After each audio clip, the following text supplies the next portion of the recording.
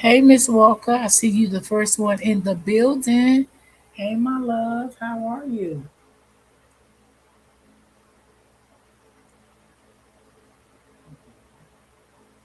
How are you doing today, Miss Walker?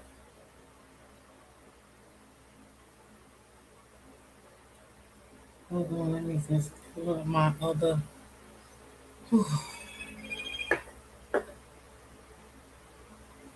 How are you doing today? Let me see. No wealth case. Take without turn is be a man. Um, let me just pull it up.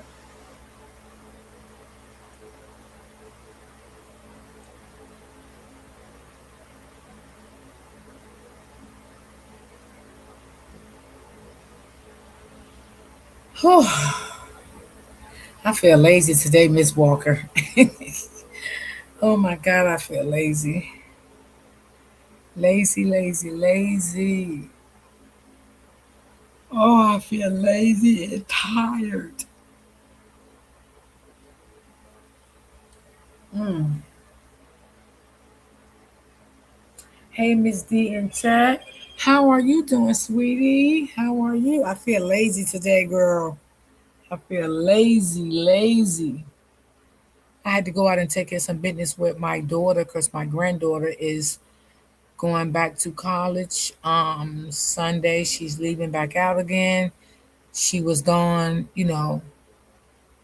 from July the 5th to August the 5th, just for the summer. So now she starts her full college on the 23rd. So she's leaving this week. So her mom had to go out and do some things for her today before her mom went to work. So, and then her mom trying to rent a nice size van to get all of her stuff and then to take to college because it's not going to fit all in the car. And that was a headache doing that too. Ooh. So I woke up earlier than what I normally wake up. But it's a lot, y'all. It's a lot trying to get somebody together for college. So much. But I'm proud of my granddaughter. I'm so, so proud of her. Wow. Let me take these earrings out because I'm tired. I feel like I need a nap. I feel like I need a nap. I feel like I got up so early. Hey, Miss D. Hey, sweetie. How are you? Hey, Royalty. How you doing, Miss Griffin?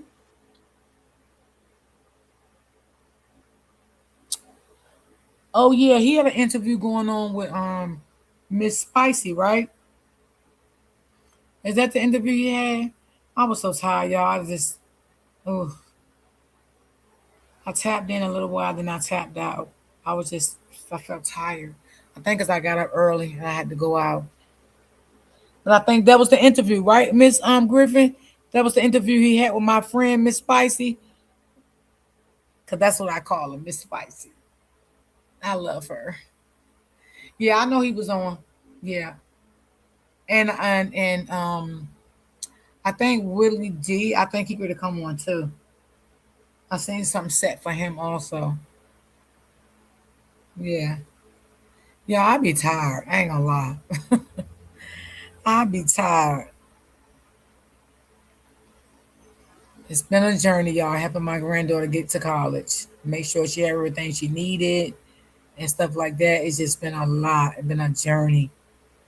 She needed her laptop and, you know, um, food. She like her own little snacks. They can have their own little snacks. So her mother, some of my supporters did order some stuff for her yesterday and stuff. Trying to get her prepared for the leave Sunday. So that's what I've been doing, and then doing this, and then getting up early. Shit, I'll be tired. Hey, Auntie T, what's going on, my love? Love you, Auntie. Yes, I was tired, y'all. I was tired. I've been up since 5:30 this morning. Yes. And I didn't know, y'all, like when you go to college, you can have your own computer chair and all that stuff. I'm like, ooh, Lord Jesus. So one of my supporters last week did buy her a nice computer chair. I have some good supporters behind the scenes. I really do. Um, got her a nice computer chair and stuff like that. So, you know, I appreciated that. So it's a lot getting her there.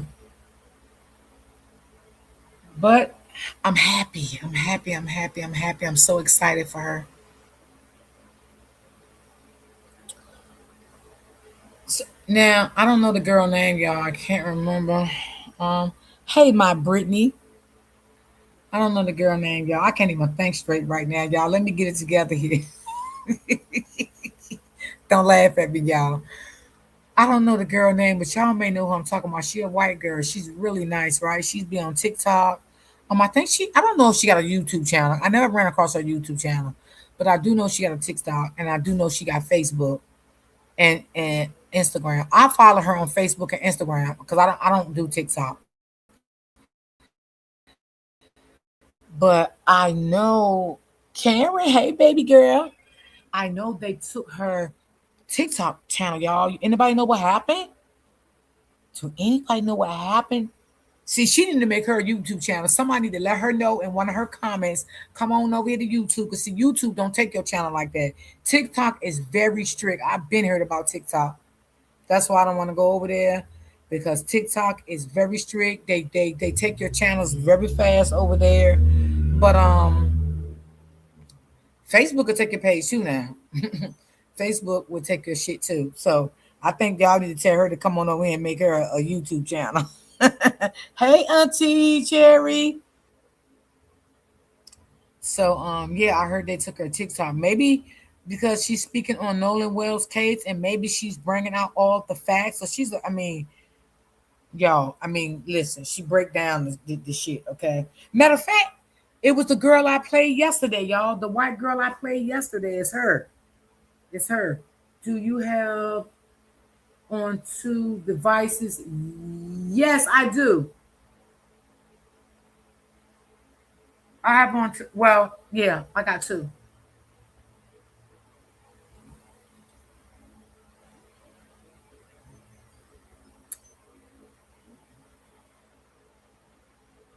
Um, that's her name. Is that her name? Are you talking about Pink? I think it's Pinky. Yes, yes, yes, y'all. Yeah, they took down her TikTok. They reported her TikTok. It's gone. And how I found out when I came in, um, after I rest up, I went on Facebook to see if I see anything. And that's the first thing popped up. She said that they reported her TikTok and they took it down. And she also said that on Instagram. I'm like, oh man.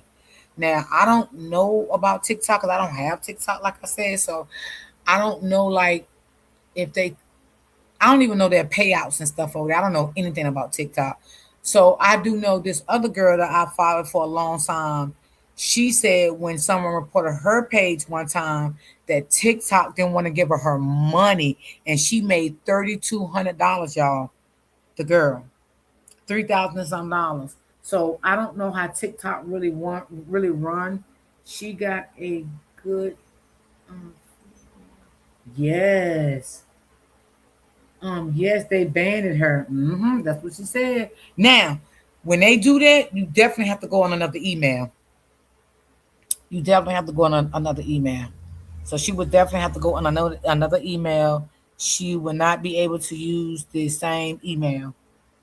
That's crazy.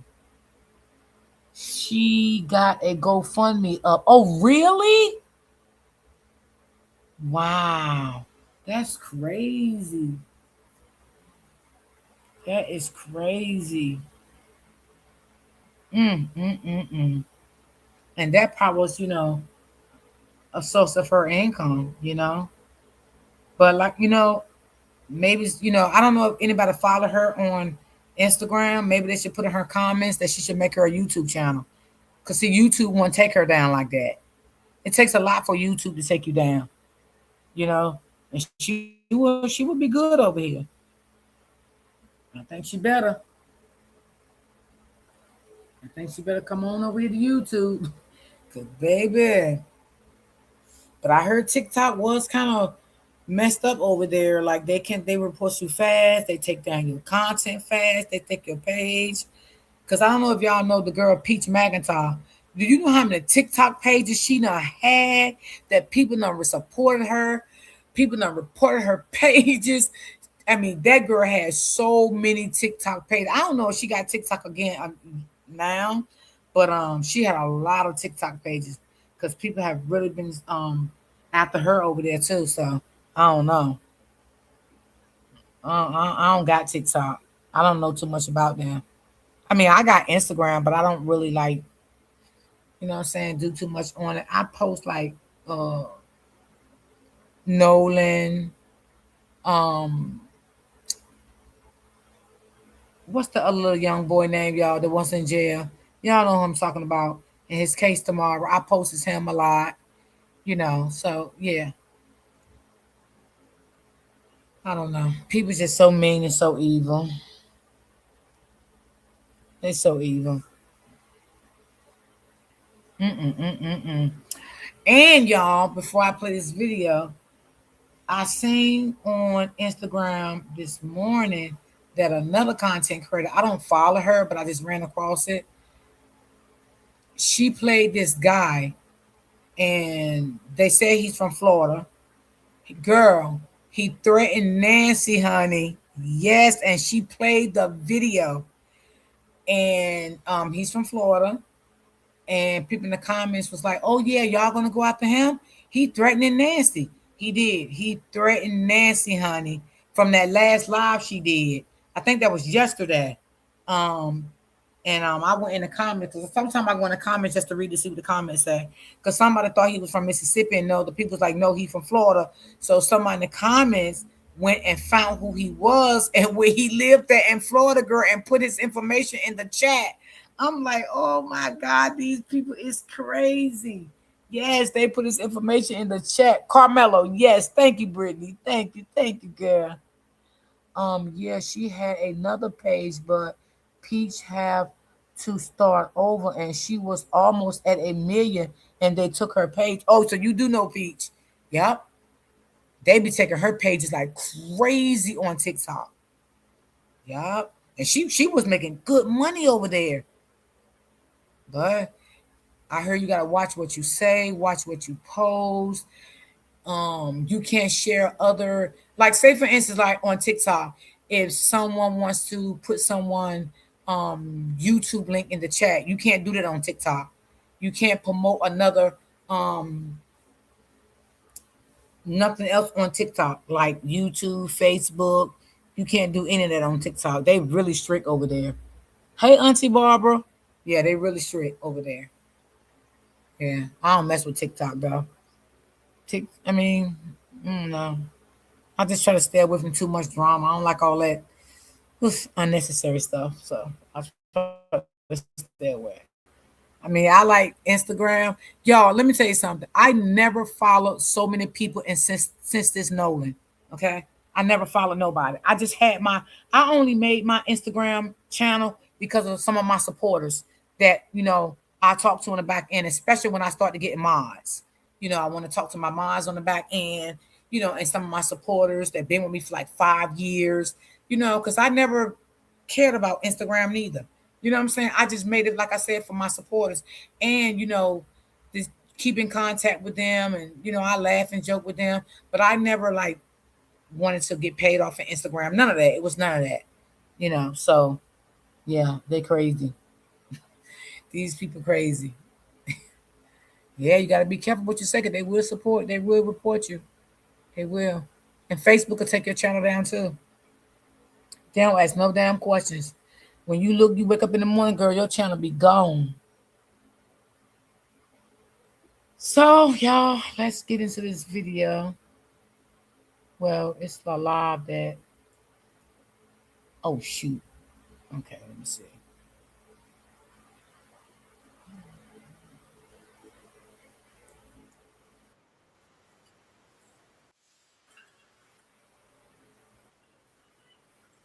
Hold on.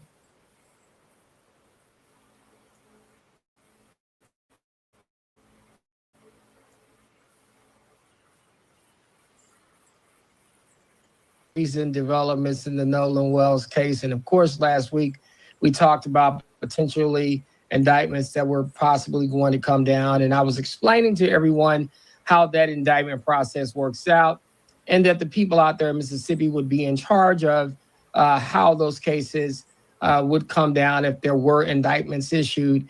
And I tried to explain to everybody the concern that the Wells family would have and that the general public would have about possible indictments coming down because it seems like with the people out there in Mississippi, there are some concerns about fairness, some concerns about them being even and actually pursuing real justice because him being an African American and not just being an African American, but him being not somebody that is from the cliques, from their inner circle, somebody that is not from their country club, somebody that is not really embedded in their community, like some of the other people that are involved in this situation are. There raises a level of high concern about fairness when it comes to getting to the bottom of actually what happened to Nolan Wells. And we've already seen how everybody lawyered up. We've already seen how slow the process has taken. Most situations, things move a little faster. Usually there's some kind of leak, but you see how in the beginning that when you look at this situation, that a lot of people lawyered up. There's not been a lot of leaks when it comes to dealing with the people that were potential witnesses. And there's not been a lot of movement on this Nolan Wells case. And it seems like any movement that has happened has had to come from the parents, the Crumb people, and the general public itself.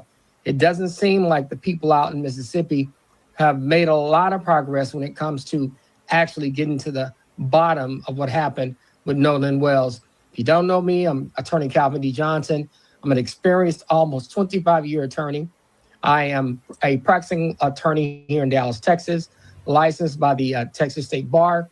I've been in business 24 years, almost 25 years. We've been doing a weekly legal review for the last year, and we take on very important, serious cases. We've done Diddy, Luigi Mangione. We've done Carmelo Anthony. We've done the Drake case. We've done, Nancy Guthrie. We have from case to particular situation. And right now, I'm going to bring on my co-host, Mel Smith, who has been constantly on the grind to get us information, listening to video, enhancing video, doing the research that's needed to get to the bottom of this. Mel, tell us what you got going for this week. This weekend, we're going to look at the actual missing persons report through the eyes of you, the attorney on deck, to help us understand some of these blurred items that we can't seem to wrap our heads around. One of the things I just wanted to tell you that Nolan went missing, right? You know how sometimes the truth comes in bit by bit. Mm-hmm. So initially, Warren sat on the couch. He said that he called Nolan's mother at 11 p.m., thereabouts, right? Mm-hmm. But then this week, during the press conference, you heard the mother say she was calling Nolan's phone and he wasn't picking up. Mm-hmm. And that was like around 10:48. Then within a few minutes, Warren calls her. So then that helps you kind of put some of these things in perspective. During that phone call, Warren mentioned to her about this girl named Katie. Well, let me tell you what's happening and what we found in the police report, right? Actually, Katie's name is not mentioned. In fact, they mention another girl. And so the police went to talk to this other girl that the boys had mentioned. Mm-hmm. She said, listen, I wasn't even at that island that night. I was at Petty Boy, and I haven't seen Nolan in over a year. Wow. Somebody sent the police on a wild goose chase. What are we doing? Exactly. And see, these are the kind of things that really make Wow. you go, Things that make you go, like the song said, things that make you go, These are things where when you look at the situation, you truly start to question, and what is going on here? Why would they say that? Why would they even do that? These are the things that make people highly concerned about even getting to the bottom and actually getting to the truth of the matter. Yes. So here's one of the things I want to talk to you about. When the police spoke to Warren and perhaps some of the other guys, they told the police officer that night basically that Nolan went with a girl. And so they said they didn't even bother to search because they didn't see an emergency based on the story they were told. Isn't that Hmm. dangerous? That is Mm. dangerous.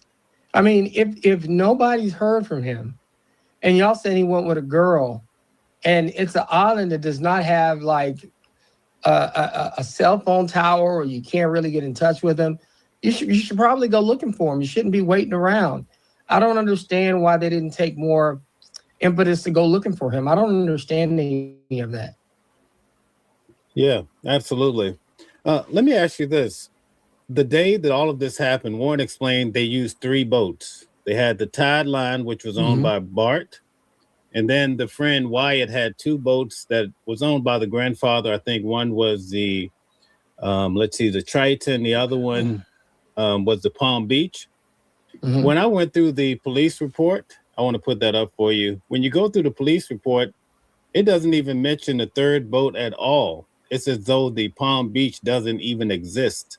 How can you Hmm. have three boats traveling together and then one is just completely missing from the police report? I don't Wow, understand that y'all. either. Once again, when you're doing a police report, typically when you have three boats in unison like that, you're going to mention each and every boat because they're going to be a part of they're going to be part of the report. I mean, if Yes. there's three vessels, you list three boats. Even if the other vessel is just tagging along or going along the same path, you mention the other vessel. That's what the police reports are there. They're there to include facts. They're there to include vehicles. They're there to include people. And in a situation where boats are involved and somebody drowned, yeah, you want to include the vessel. Right. Warren actually said that in the beginning of the day, four guys took the boat from the dock down to Horn Island. Hmm. But on the way back, he said it was only three guys that went back. A lot of people are wondering, was Warren actually the captain of that boat? Because he claims that they woke up this morning, that morning, and that him and also Nolan has stayed with a friend. He Hmm. said that he took the boat, he drove the boat from Fort Bayou to the dock. He said Nolan was not with him, even though he drove the boat to the dock. He says once he got there, he jumped in and rode with Bart. So it just seems strange that he would take the boat from Fort Bayou to the dock, but then turn around and not pilot the boat from the dock down to Horn Island. Right. See, that doesn't make sense to me either. Like, you might as well go to Horn Island. You got the boat with you. Why not take that boat? I just don't see. That's a number of things that when you look at the situation, there's just patterns of behavior that just doesn't make any sense. It just doesn't make sense. Yeah. So think about it this way: they have these three boats. Two of them supposedly left together because Bart towed them out at the end of the day when the boat was flooding. Hmm. Um, but again, we don't know what happened with the Palm Beach. We don't have the GPS records. When they did the GPS records, they actually went and they scanned the boats. They only scanned Bart's boat and they only scanned the Triton. Again, they never scanned the Palm Beach. A lot of people are saying, well, Nolan, he wasn't on the Triton. But again, we don't see who's on the Bart's boat. And then again, we don't even know who's on the Palm Beach and what time it really left. And see, that's the thing. There's no clarity here, Mel. There's no clarity here. Nobody can give us a definite, hey, he was on this boat. Hey, he was on this boat. That makes you concerned about what happened here because you would think that Nolan, if there's multiple people out there, somebody ought to be able to tell you, hey, Nolan was on the Palm Beach from this time to this time. I know that for a fact. But as you see, nobody's coming out and giving you any direct, specific times and places that Nolan was that night. That is what also concerns and scares me about the situation. Right. Have you heard of a situation similar to this before? No, it's like this, right? If somebody's missing, you would think that somebody's going to say, like, for example, me, you, and Trey go to a dance and we ride in the car there to the dance and then we leave. And I know me, you, and Trey are going to the 7-Eleven and it's 9:30 and we get to the 7-Eleven at 10. I'm going to be able to say from 9:30 to 10, me, Mel, and Trey were riding to the 7-Eleven in the car. You're not even getting any of that. That's You're right. not even getting where somebody even says they know where he was at. That concerns me because somebody should have known where he was at. Or Facts. I in the said that. interim, somebody ought to be able to say, no, I don't know where he was at all. And we never saw him. But it seems like you got kind of a mix of things and then you don't have any definites. And that's just that concerns me. Right. A lot of people are just trying to say, well, the audio, we don't hear anything in the background. Obviously, when you really listen to it, you can make out a lot of words without using any type of enhancement, any type of That's right. manipulation. Why do Mhm. you think they're really that slow or not hearing it? What do you think the Oh, they option hear it. is when you hear clear words? Nolan, you can hear the word dead. You hear so much in the background. I think some people don't want to come out and believe the truth that something wrong happened here. There's a fungus Yeah. among us. I don't think that they want to accept that foul play happened. And sometimes you just have that. Sometimes people just want to believe it's an accident, believe that it was just a natural occurrence. And we're not saying that anybody set out and intentionally did anything, but something happened that night that was not supposed to happen. And it seems like a lot of it is being hidden because there are certain people that probably have some responsibilities that night that they did not take care of and that could cause them some problems. And they don't want that to get out. Yes. Right. Do you Facts. think that the fact that on Monday Nolan was actually discovered, do you think that played into anybody's favor? I think it played into the people that the boys on the boat and anybody else that night because the later that you're discovered, the better for everybody else. Because guess what? By the time y'all discover him, everybody's back. What? They're back home. They're with their families. They have an opportunity to talk to their parents. They have an opportunity to talk to lawyers. If there's evidence of something. Now he makes sense. Everybody went back home, got comfortable, did what they had to do, before the body got discovered. Everybody had time to lawyer up. Everybody had time to do everything, talk to their parents. This lawyer is making sense. He is absolutely right. And that's why I always question myself like, damn, was his body there on the 4th of July? Was the body took back there a day after the 4th of July? You know what I'm saying? Was the body somewhere else and then they took it back? Like, it just don't make sense to me. It just don't make sense. But this lawyer is absolutely right. Everybody had time to do what they had to do. He's right. I agree. Maybe you've lost track of that. So it's a situation upon which it's a true benefit to have that time elapse because evidence is leaving and the ability to corner folks and get one-on-one answers is kind of alleviated, you know? Yeah. Here's the weird thing about it. If it's so cut and dried, like a lot of people refer to in the comments, why don't we have answers yet? See, that's the thing that concerns me. What it seems like, it almost feels like, when I keep saying it almost feels like they're trying to find a way to be able to justify what happened to be able to call it an accident. Yes. If somebody says Yes. if he drowned, it seems like we'll never find out. If something nefarious happened, it seems like we'll never find out. Well, we do know this is a strange case in Mississippi. Will never stop burning. And see, that's the kind of stuff I'm talking about. And there we go. It's one of those things where something's wrong, and you feel it, and that's why you're having the issues that we're having right now. People know, based on what's happening, that something's off. It shouldn't be going the way it's going right now. Right. We live in a world where people don't really follow the facts. We've been covering this for weeks now. I made it very Mhm. clear because people like Officer Tatum, They're saying, oh, the boat was by the shore when the call was made to sea tow. We actually broke it down. The call was actually made at 4:48, not close to 4 o'clock, because they left at 4:31. And Mm-hmm. as Warren said, they were towed out a quarter of a mile. And then the call was made to sea tow.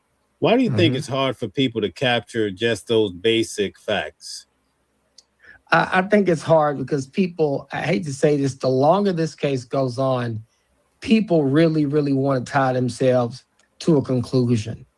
They want to tie themselves to a set of facts that lean to what they want to believe. You have some people that just strictly want to believe that this was an accident, it had nothing to do with foul play, and they will ignore everything that every piece of evidence that comes out that says it was foul play. You got other people that they want it to be foul play, they're tied into it. So when foul play comes out, they go, see what I'm talking about? But when I look at this situation, something's off. And Yep. I'm telling you right Yep. now, it just does not feel right, It's especially when not, you got a y'all. place It's like not. Mississippi who already struggles with bringing justice to people of color and bringing justice when you're not part of their good old boy system. Yeah, a lot of times I ask the people, come on the chat, come on the camera, and let's talk about your disputes with this case because they like to Hmm. say Yeah, negative things. They never come up though. I wonder why. because sometimes they don't want to show their faces, and that could be an issue for some of them. That's the issue, and they sometimes they don't want to come out and just say it. Oh That's wow, how it look at is. yeah, that's something. I want to point out something else to you. In the police report, they actually went and obtained the actual GPS from two boats, not the Hmm. third boat. With the two boats in the GPS, they actually don't give you Bart's GPS. They duplicated the Triton. Do you think Hmm. that's by design, or do you think the police made a mistake? Because when you actually look at this police report, you don't have Bart's boat. I think that can be by design. They should know better than that. Honestly, what the kind of cases is and the level of scrutiny that is going to get, they should know that. They should Wow. know that. See, right here we have the Triton, and Uh then when huh. you go down, it's supposed to be Bart's boat here, the tide craft or the tide line. And guess what? It's Hmm. just a duplication of the Triton. That's to me, that is terrible. You see what I'm saying? That's weird. That's How not does this? normal. Wonder why y'all they never put the third boat in there. That's a good question. Mel makes a lot of sense. Like, what happened to the third boat if it was three boats and there's only two boats that's documented in the police report? What happened to the third boat? How does things like this get resolved? Let's say when when cases actually go to court, do you have to resolve it before or I think you along the do. way? I think you do. I think you go back. You get your own investigator if you're a defense attorney, or if you're the family, you get your own investigator, and y'all go subpoena those records for the other boat. That's what you got to do. Oh, okay. So you get your subpoenas. Yeah, Okay, you get those subpoenas, and you go ask for those things. I see. When it comes to the whole call that was made from the boat, we have that audio that was recorded in the background. Simultaneously, while they're on the phone with the young man who's telling them where the boat is located and all that, mysteriously, when they call to speak to the captain or what have you, supervisor, he's actually already on the phone with the grandfather. How do you think that plays out? Because a lot of people are saying that the grandfather must have been understanding more about what happened than meets the eye.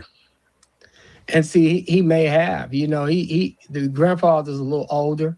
He might have understood what was going on a little more than meets the eye. He might be trying to help them uh, protect themselves from what went on. See, my Mm-hmm. concern is that either they were doing something that they had no business doing. Typically, you got young people. A lot of what the young people do are sitting around on some illegal things, and something could have went wrong, or Yeah. or they could have been doing something, and they were not expecting Nolan to have an issue, and he ended up having an issue. That's just kind of what it is. You just never know. Right. Since this And then another thing, again, y'all, they didn't expect that call to be recorded. Them boys did not know that call was going to be recorded when they said, "Damn, Bark, check his chest," and all of that stuff. They didn't know that the lady was already on the phone, okay, and they was being recorded. They didn't know that. So that's why when that came out, man, that shit just went crazy. Okay. They really had to start coming out here telling their stories. Then you got Mr. Potato over there saying, "Oh no, they was having fun. You know, that could have came from the other side of the boat because it was two boats together and all of this stuff." No, ain't nobody on no other boat says check no damn chest. We wouldn't have heard of that damn clear. Come on now. This has been going on. I've noticed people were concerned about the throat being missing from the autopsy and also the lungs. And there have been many pathologists that explain, well, this is why. But now all of a sudden you get a lot of people coming in saying, she didn't hand over that cell phone. She didn't hand it. They didn't care anything about the throat and the lungs. But now they want to condemn the mother for holding on to the cell phone because she wants to have it looked at independently and along with the FBI. And she should hand it to her people to have it checked first, because you hand it to them, there's no telling what they're going to do with it. You Didn't I say already that, know, y'all? or you already at least feel like. Didn't I say that? I said, and then they're gonna demand the phone while the mother was out of town. They're gonna demand the phone in 24 hours when the mother they was on a road trip, going to speak on the behalf of their deceased son. Okay. Now I'm quite sure they knew that that mother was not there. Okay. So why would y'all demand something in 24 hours knowing this lady was on the road, still seeking justice for her son? And I said the same thing early on. I wouldn't give them that phone by themselves neither. So they can come back and say, "Oh, well, we didn't find nothing. We didn't see anything. We didn't see nothing deleted. We didn't see no Snapchats deleted, no pictures. We didn't see anything because y'all moving so sneaky and snakish right now." So, yes, why the mother would believe y'all? Why would she believe y'all? And again, I just feel like the mother should know something about her son's death. Now, here, when something like this happened here, they informs the parents, whoever the child was in the custody. It could be the grandmother, grandfather, whoever had custody of that child, or the loved one. I'm gonna say, they do keep the family informed, even if they don't come to the public right away to say what they really seen.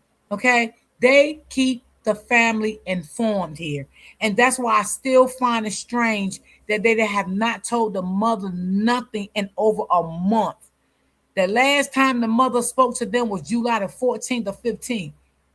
Okay, today is what now? The 18th? That's still strange to me. It's very strange to me. But y'all want the phone.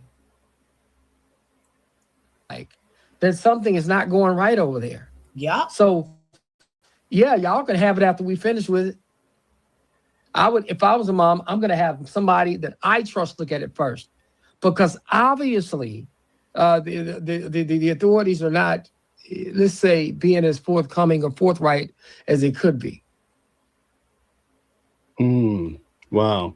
There's so many people that are saying he drowned accidentally and so forth, but they refuse to wait to see what the real facts are. But they condemn people for thinking something nefarious happened.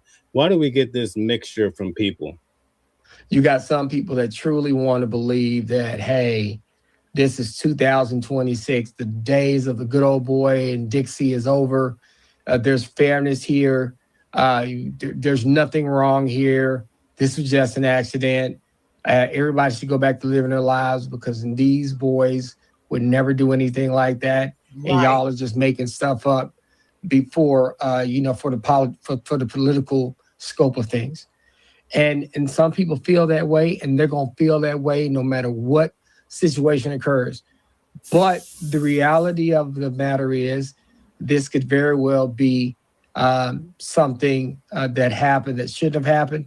And this could very well be something nefarious happening to Nolan Wells, especially when you look at all of the circumstances surrounding his death.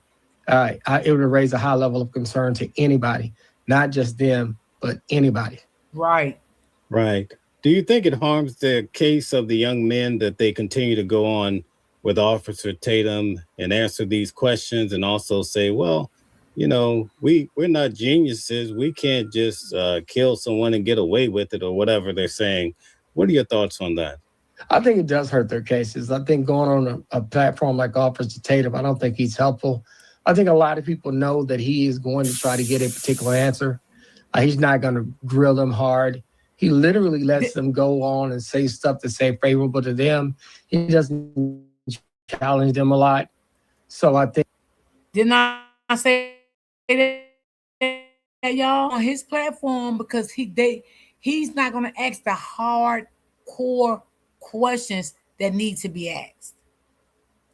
I don't think it's a good look for them because I think a lot of people are going to call them on that. So that's just my opinion on that. Right. What do you expect will happen with this grand jury at the end of the day?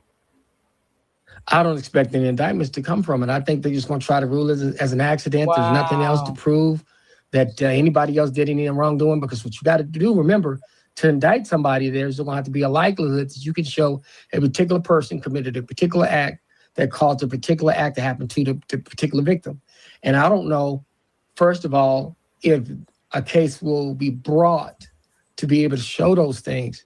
Second of all, I don't think the zeal of the district attorney's office in Mississippi is going to have a strong enough wanting to go in and get those indictments so that some people on their side of the aisle will actually get charged and have to go to court and have to fight for their life and their freedoms.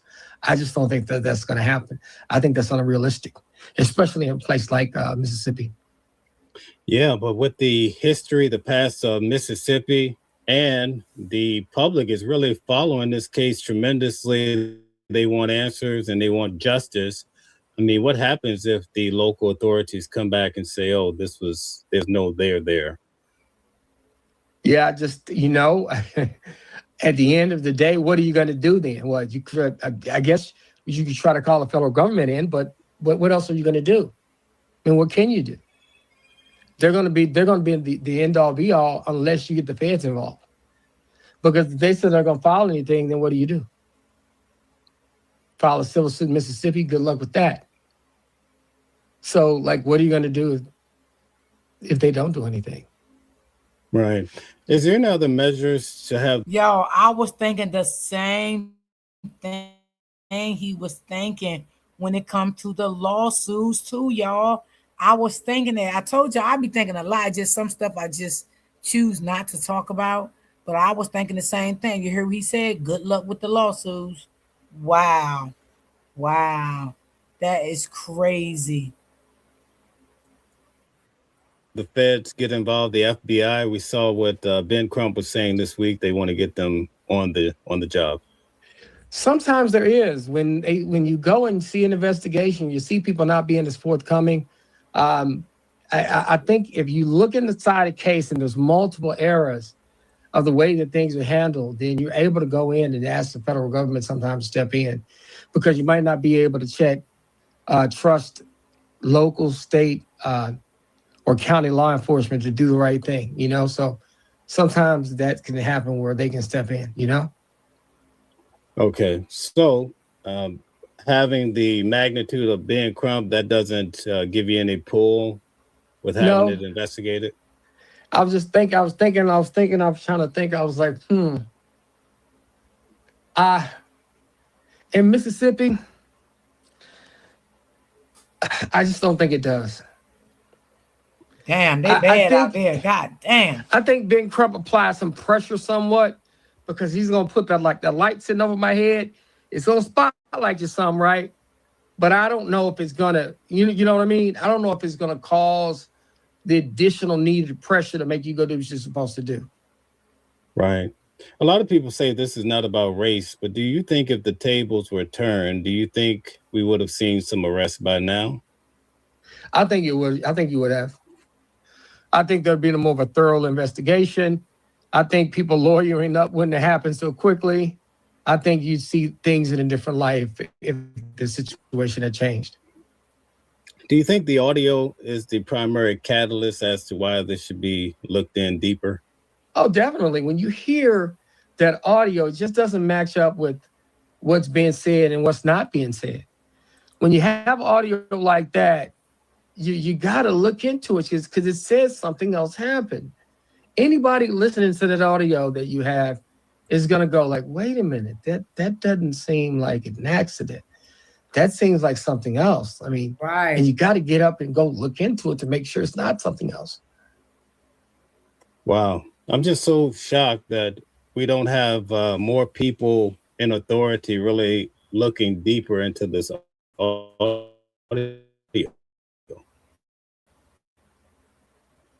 I just, my concern is, like I said, in Mississippi, you look at a place like Mississippi, and I always just give Brett Favre as an example. He literally stole money. He literally stole money from food stamp recipients to build a gymnasium for college and stick his name on it like he was doing something noble, and never got charged with a crime because he's one of the good old boys there. So it doesn't surprise me that in situations like this, that nothing's happening right now. I mean, you got to look at Mississippi. I mean, use that as an example.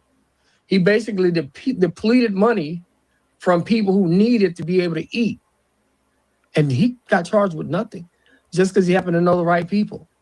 Dixie is corrupt, and Mississippi is one of the leading states of being corrupt in America. Wow. Warren said he called his mother, who I believe she's a judge. He called her 8 times, I believe. Are you familiar with that? Yep. Mm-hmm. That's what I was just thinking. I was like, man, because I was thinking back, I was closing my eyes and thinking back because I was listening to something else, not just your podcast. Somebody else was talking about it. And I was like, man, I remember somebody else talking about it. And they mentioned that. You know what I'm saying? And Right. that's the kind of stuff that made me go like, See, those are the kind of things that make you wonder, like, what's going on down there in Mississippi, Yeah. Would you want to factor in, did he call his mother before he called the timeline? You see what I'm saying? Yeah. And see, that's the whole thing in Mississippi. It really, really, really concerns me. Like I said, I have a sister and a niece and some nephews that live there, and it's just a place where it's a very financially depressed place. There's not a lot of upward mobility, and when people are in certain positions, it's hard for them to get out of those positions. So when you get in a position of power, man, you stay and you're able to do a number of things because the people beneath you don't have a lot of power to do a lot of stuff because they're just trying to survive. Right. Guys, hit the like button, share, and subscribe. Calvin, could you take a moment and tell everybody who you are, what you do? My name is Attorney Calvin D. Johnson. I'm a practicing attorney here in Dallas, Texas. I've been practicing for about 25 years, and in a couple of months, I'll be hitting my 25th year. I practice state, local, and federal criminal defense. Me and Mel have been doing the weekly legal review for almost a full year at this point. We started out with the Diddy trial. Mel winning every day. I did analysis every day or every few days, and we would come on every Sunday and do this show. And we actually correctly, within a month, predicted the amount of time that Sean P. Diddy Combs was going to get when he got sentenced federally. And we've been doing not just that case, Luigi Mangione, Carmelo Anthony, following Nancy Guthrie. We have followed the Drake case. We have been going case to case for a full year and just reporting on the inside the courtroom work that's been involved in a lot of these big cases across America. And we do this thing called the Weekly Legal Review. You can get in touch with me at attorneycalvindjohnson@gmail.com as the email, theywon'tletmeout.com as the website, and 214-565-5600 as the phone number. And we do this every single week. Today we're doing the show. I catch the replay on that. You said she's doing. Is that with my friend Miss Spicy? Let me go over there and see. Earlier we're testing something out. But usually we Hello do the to show at everyone 6 coming p.m. every in. Sunday, Hello. Texas time, 7 p.m. New York time. But today we're doing it at 2 p.m. Texas time, 3 p.m. New York time. We might continue to do that in the future, but we'll let you know. But we do this every single week. We try to engage our Hold on. listeners and followers, and we try to give them as much information about these big cases as possible. Okay, Jazzy J says they need to treat this case like Natalie Holloway. What do you think about that? I know what you mean, just exhaust all resources, right? So they should, but I don't think that they will. I think they'll do the bare minimum. Like I said, when it's one of us doing the wrong, yeah, exhaust the resources. But if it's one of them doing the wrong in Mississippi, man, they cover it up. They cover it up with a big blanket where you can't see through it, and that's the issue. That is America right now, and a lot of people are concerned about this particular case because they don't see any movement a whole lot since this case started. You think they're waiting on the toxicology report? That's I the think that's going delay? to be important. I think that is going to be important. Now, I'm going to tell you, if he had some alcohol in his blood, they're going to try to blame that for sure.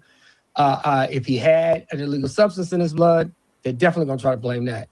And I hope that he doesn't, because I know that's going to give them an out. When I say give them an out, if he has some alcohol or illegal substance in his blood, they're going to try to use that to justify whatever happened to him. Yep. So I'm hoping that's not the case. I'm not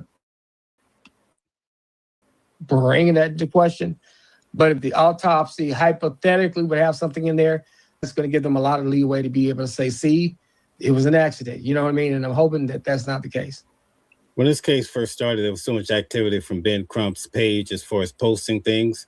Now it seems to have slowed up. Do you think it's because of threats of defamation or so forth, or you think he's just taking a different approach? I think it's both.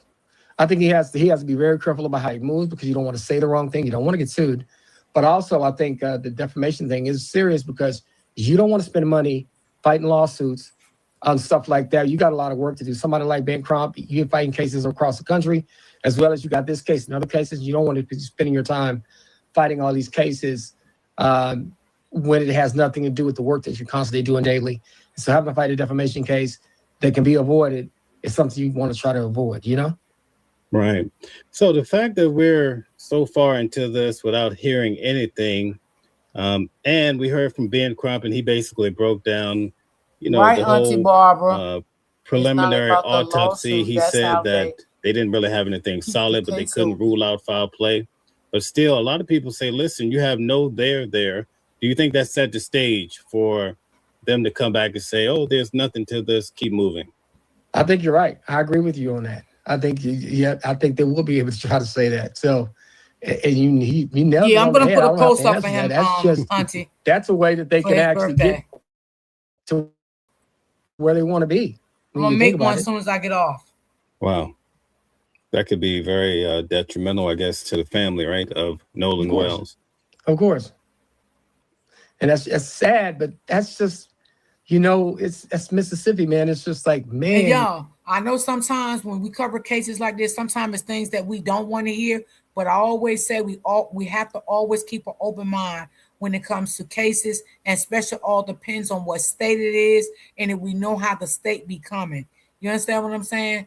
And the reason why I say that, because we all know that Mississippi ain't right. We know that, and I definitely agree with this attorney. They may come out and say, "Oh, he was intoxicated. We found drugs in his system. That's how he passed away." We just don't know how this going to turn out. So that's why I say, and Auntie Barbara get what I'm saying, because she know I covered a big case before Nolan's well with um the Ramika case, right? And that case haven't even started trial yet. You know what I'm saying? I covered many other cases. Sometimes these cases doesn't come out the way we want them to come out. You know what I'm saying? That's why I say always keep an open mind. Always be prepared for anything, because you never know what's going to come out of these cases. Even though we know it's not the right thing all the time, you know what I'm saying? But we just still have to keep an open mind, because now we have to keep an open mind, because we know how Miss Pacific this state is. They're not right. We know they're lying. I don't feel they investigated that recording. And I feel if they did investigate that recording, I feel they know that those boys' voices was there on that recording. Is they try to use it? No. Let me tell you something. This is why these boys feel comfortable. And I told y'all this weeks ago. Why is these boys going on panel? Is it something we know, they know that we don't know? This is why they're going on these panels, meaning they know they're not going to get charged. They know they're not going to jail. They know it's nothing going to happen to them. That's why they came out with their lawyers and start suing people for defamation of character. Come on, y'all. We got to look deeper into that too. Don't only look at the case for what's going on.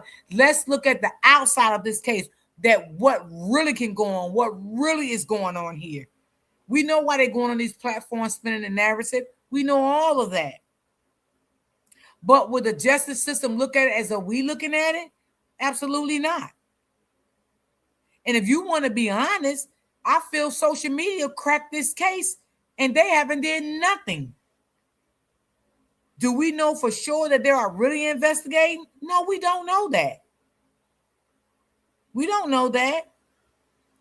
Do we hope they are doing it and being fair with this thing? Yes, that's what we be praying for. But we got to be open-minded. Is they really doing it? That's the question. That's the question. When you look at it, I'm telling you, I'm really concerned about Mississippi. That's a place I wouldn't want to have to count on the system to get it right on my behalf. Yeah, Auntie, I'm going to do his case tomorrow. I'm going to switch over and do Carmelo's case tomorrow. You know, it's a place where I wouldn't want to be on the wrong side of the system, and I wouldn't want to have to count on it to get it right, to bring myself or my family some justice. Right. Nancy Guthrie went missing in 4 days. The feds were boots on the ground. In this case, no feds. What makes the difference? Is it the way it happened? How does the determination get made? I think it's the way it's happening. And anytime there's a kidnapping, there's always an assumption that they could run across state lines. And because you don't know, they do that. But when you have a situation where it's drowning and they consider it all in one state for sure, because the island is still considered, Mississippi, that's why you do that way. When it crosses those state lines, it's a little different. And different governors and have different relations. And I even covered Nancy's case. Auntie, you was with me when I covered Nancy Guthrie case, right? I don't like the way they did that case. I I feel they did not handle that case the way they should have handled that case. I feel like, you got the evidence was right there on her porch. Blood was all on the porch. They didn't do nothing. They didn't examine it. They didn't do anything to it. They didn't do her case good neither. I did that case too. I feel like the family didn't say enough. Yeah. I just feel like I just got so disgusted with that case. I left it alone. I got disgusted with it. I really did. And it was giving me a goddamn headache. So I left it alone. Relationships with the federal government. So you just, it's just kind of how it is when it comes to certain things. So what happens if the people feel like there's an injustice and they feel like they want to get the feds in to solve a real problem? Is there a way for the people to appeal to the feds or no? There is. Sometimes there's just public opinion and pushing the button on everything, because when you have the situation, the power of the people writing their people in Congress, bringing it to their attention and saying, hey, look at this situation. They didn't even call these people. They didn't even do this, and this. When you say that kind of stuff, the government has to listen and we'll take a look into it. My concern is because of the regime we have, we just never know. Okay, can you address Patricia's comment here? Me too, Angie. I always felt that, Angie. I always felt that I felt like it was a cover up. And I just got I got very disappointed. I got very discouraged.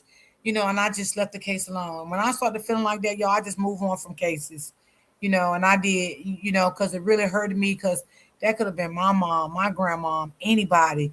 And I just prayed for this lady every single day. And I just felt like they didn't do that case right. They did not do it right.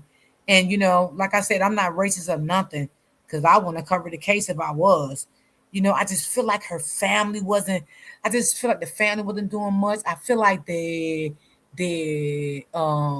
brother and the brother-in-law and the sister, I feel like they were snakes. I feel like they knew more what happened to her. I just felt like everything was just not right with that case, y'all. It really was not right with that case. And with alcohol being a contributing factor, all adults are subject to charges. I definitely agree with you, Patricia Dixon Crockett. It's just that you know how that is. They're always going to say, "See, he's drinking or drugging," and that's what they do. You know they're going to say that, even though we know other people should be responsible when that situation happened. Just got to be careful. Okay. Piano says, The autopsy will be altered too. I don't know if you can alter an autopsy like that because you're going an autopsy can be scrutinized, and as soon as they finish the autopsy, you can always go get a third one done. So I don't know if somebody's going to put the career on that. okay. Mama Flip says that the feds didn't care about Nancy and they don't care about Nolan either. Hey, I definitely understand how you feel, and you might be right. It just depends on what fed they get. You got I some people told that will. y'all they didn't care about Nancy. They didn't care about that lady. I felt that. They did not care. They made so many mistakes when it came to Nancy Grace's case. I mean, Nancy Guthrie. They made so many mistakes in that lady case. So many mistakes. You had the internet trying to solve that case. Excuse me. And I think the internet did a great job of all the people that I was following in that case. They did a poor case. It was poor. Okay. Captain X.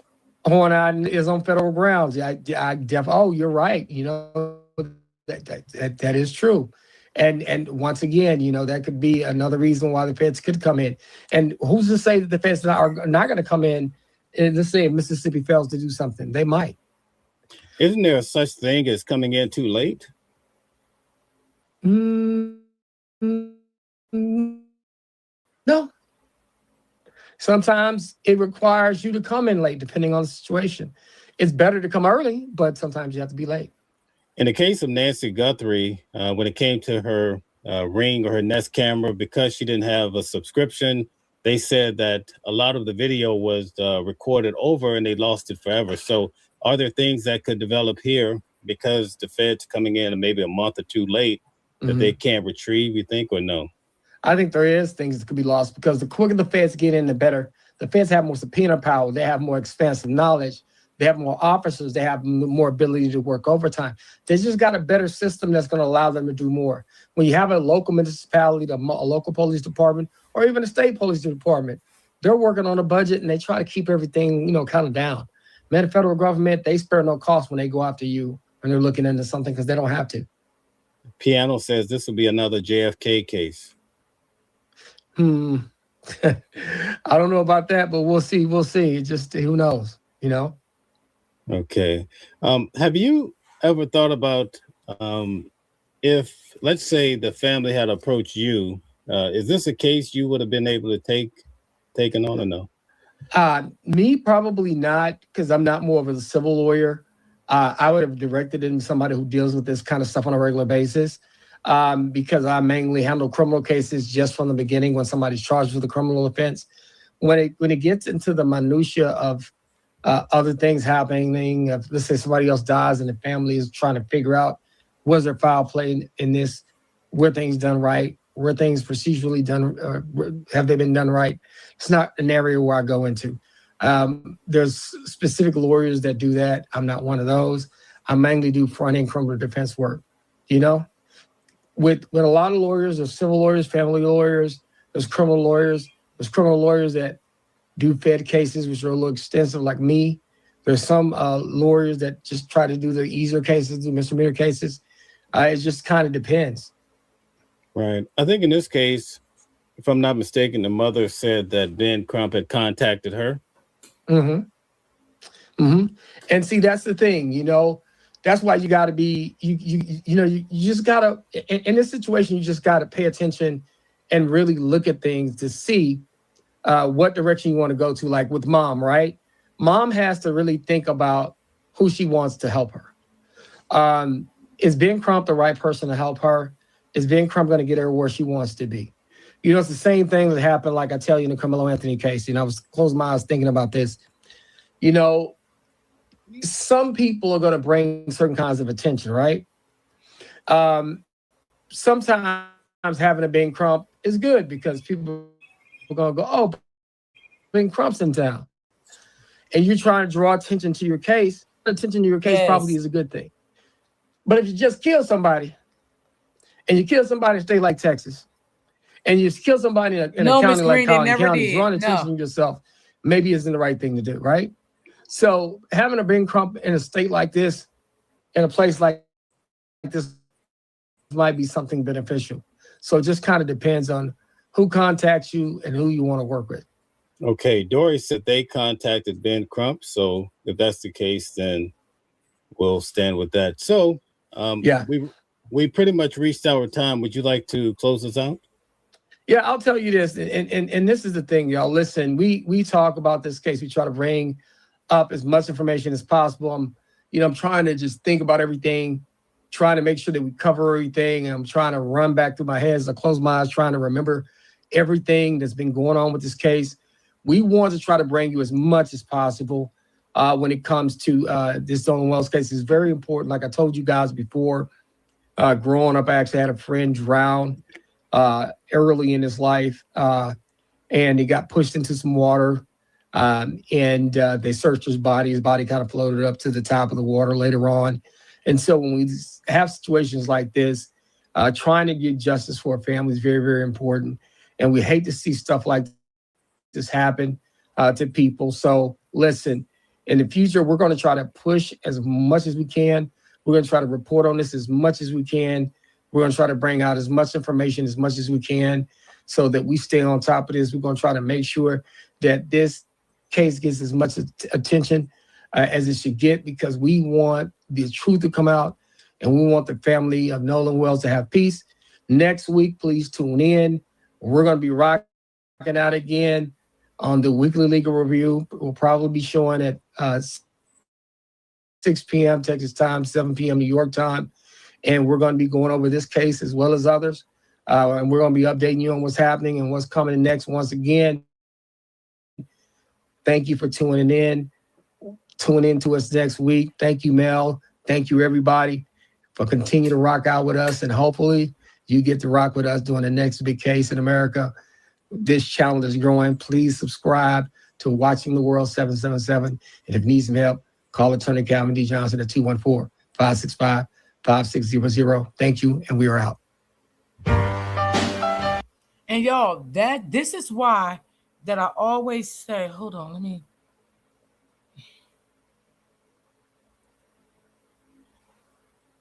this is why I always, oh no, hold on, my screen done got big on me. I gotta get it back down to the small one so I can.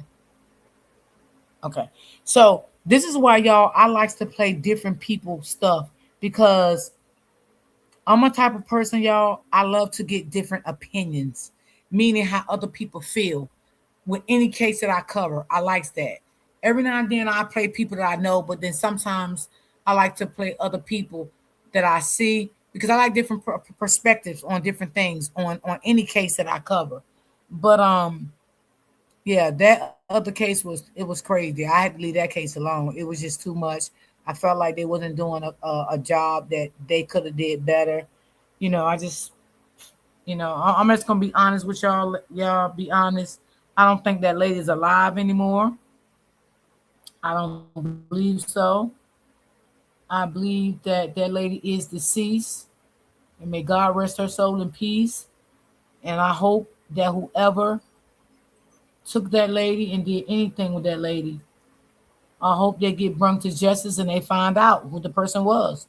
That's all I can say. But that case was stressful, and I just had to, I couldn't take it no more. That's what I'm gonna say. I couldn't take it no more. It was just too much. All right, let's go to Willie D, because he went live this morning and he had the attorney on his panel. So let me see what he had to say about Attorney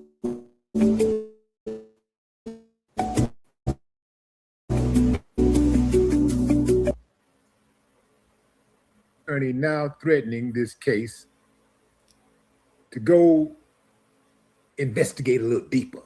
Is she treating this case as a potential homicide?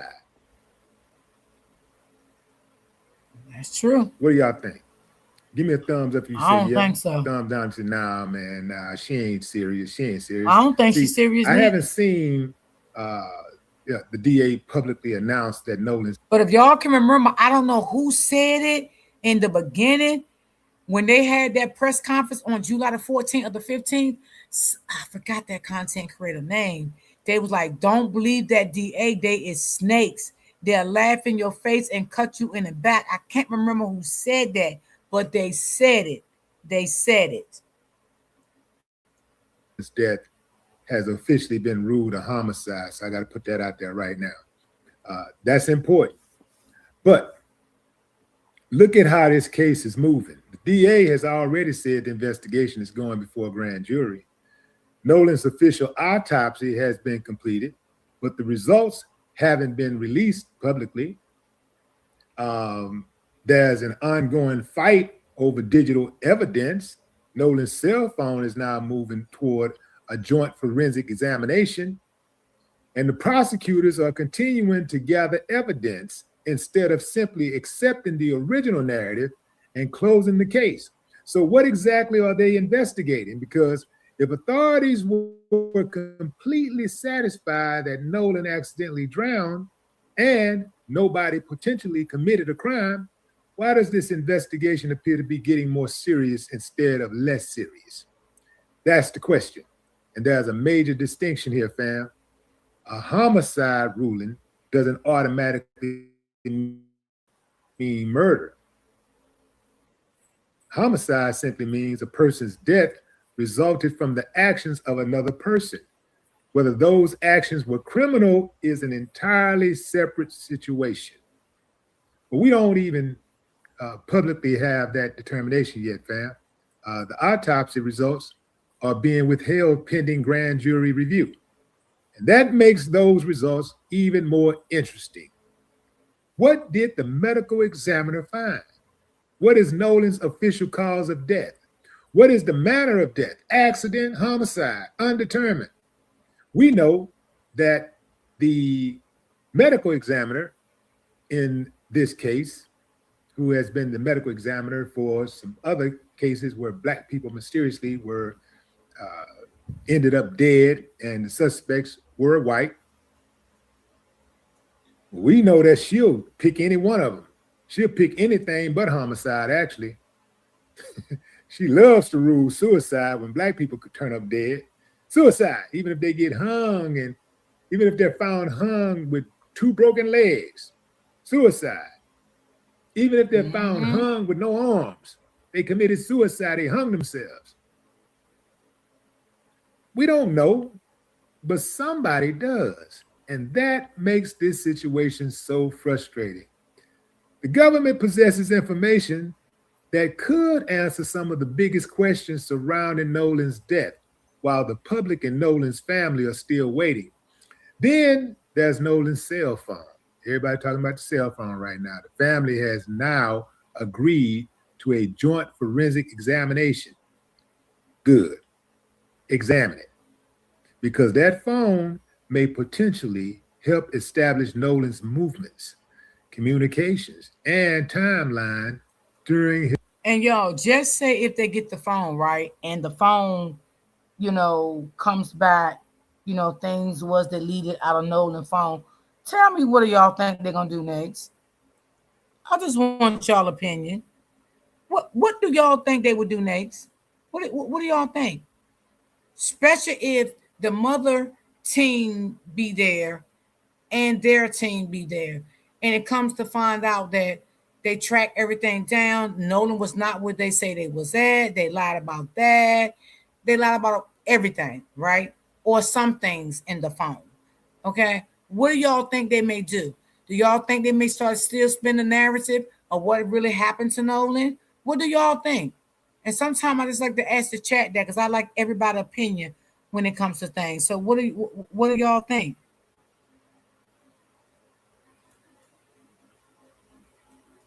His final hours. And if investigators are seriously examining the possibility that somebody else played a role in Nolan's death, digital evidence could become extremely important.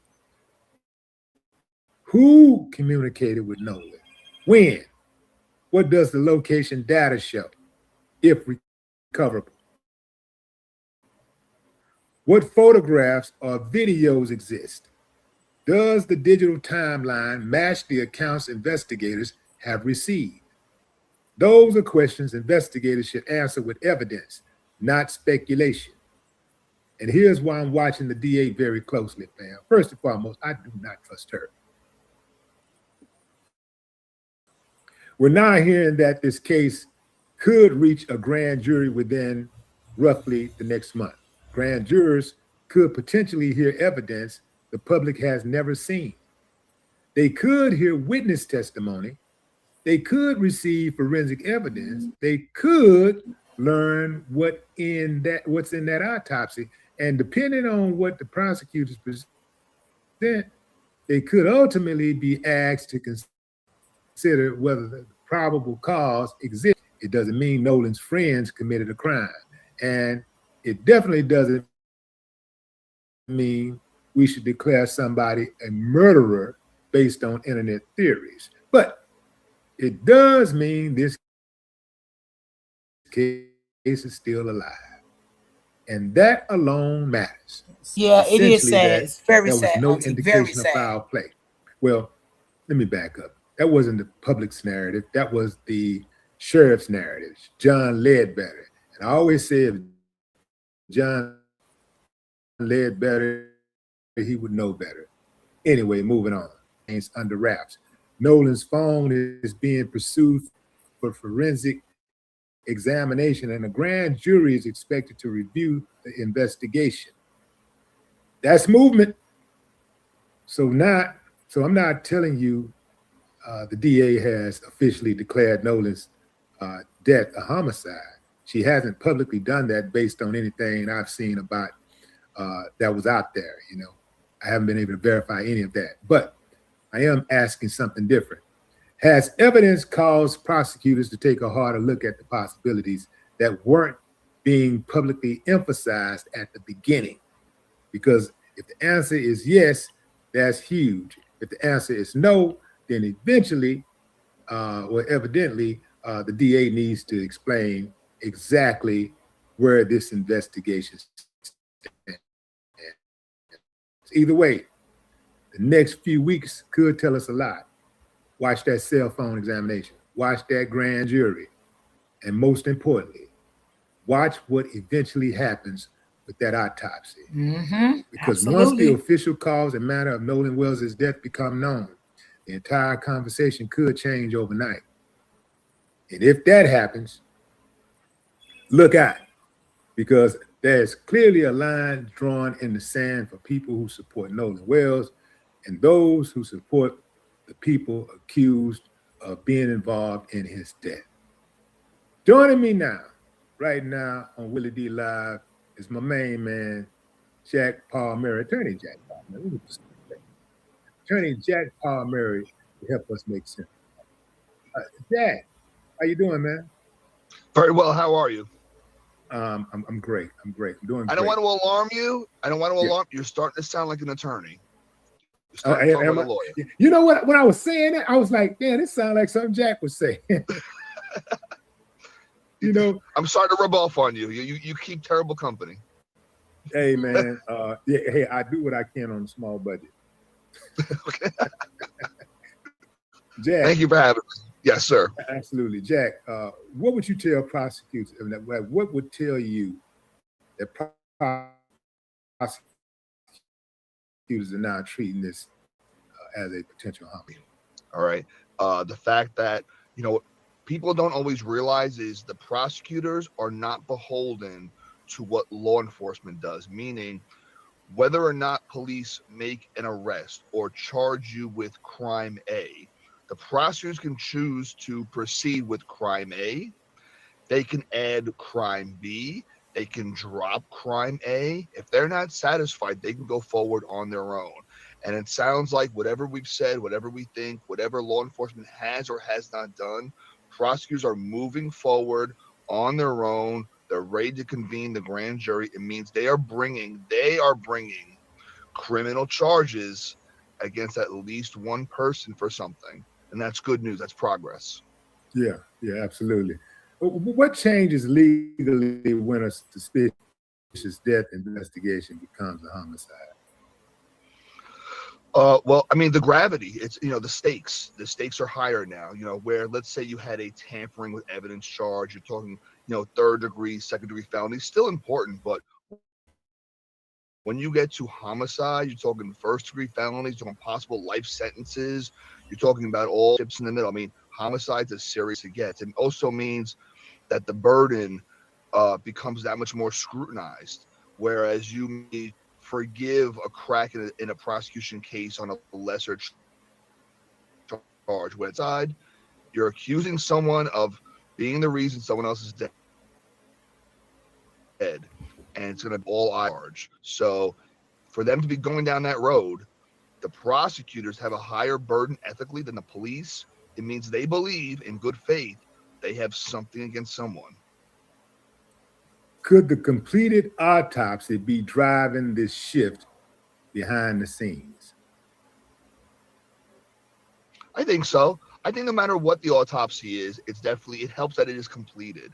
Um, I know a lot of people are hinging on if it's inconclusive. Inconclusive is not necessarily good or bad.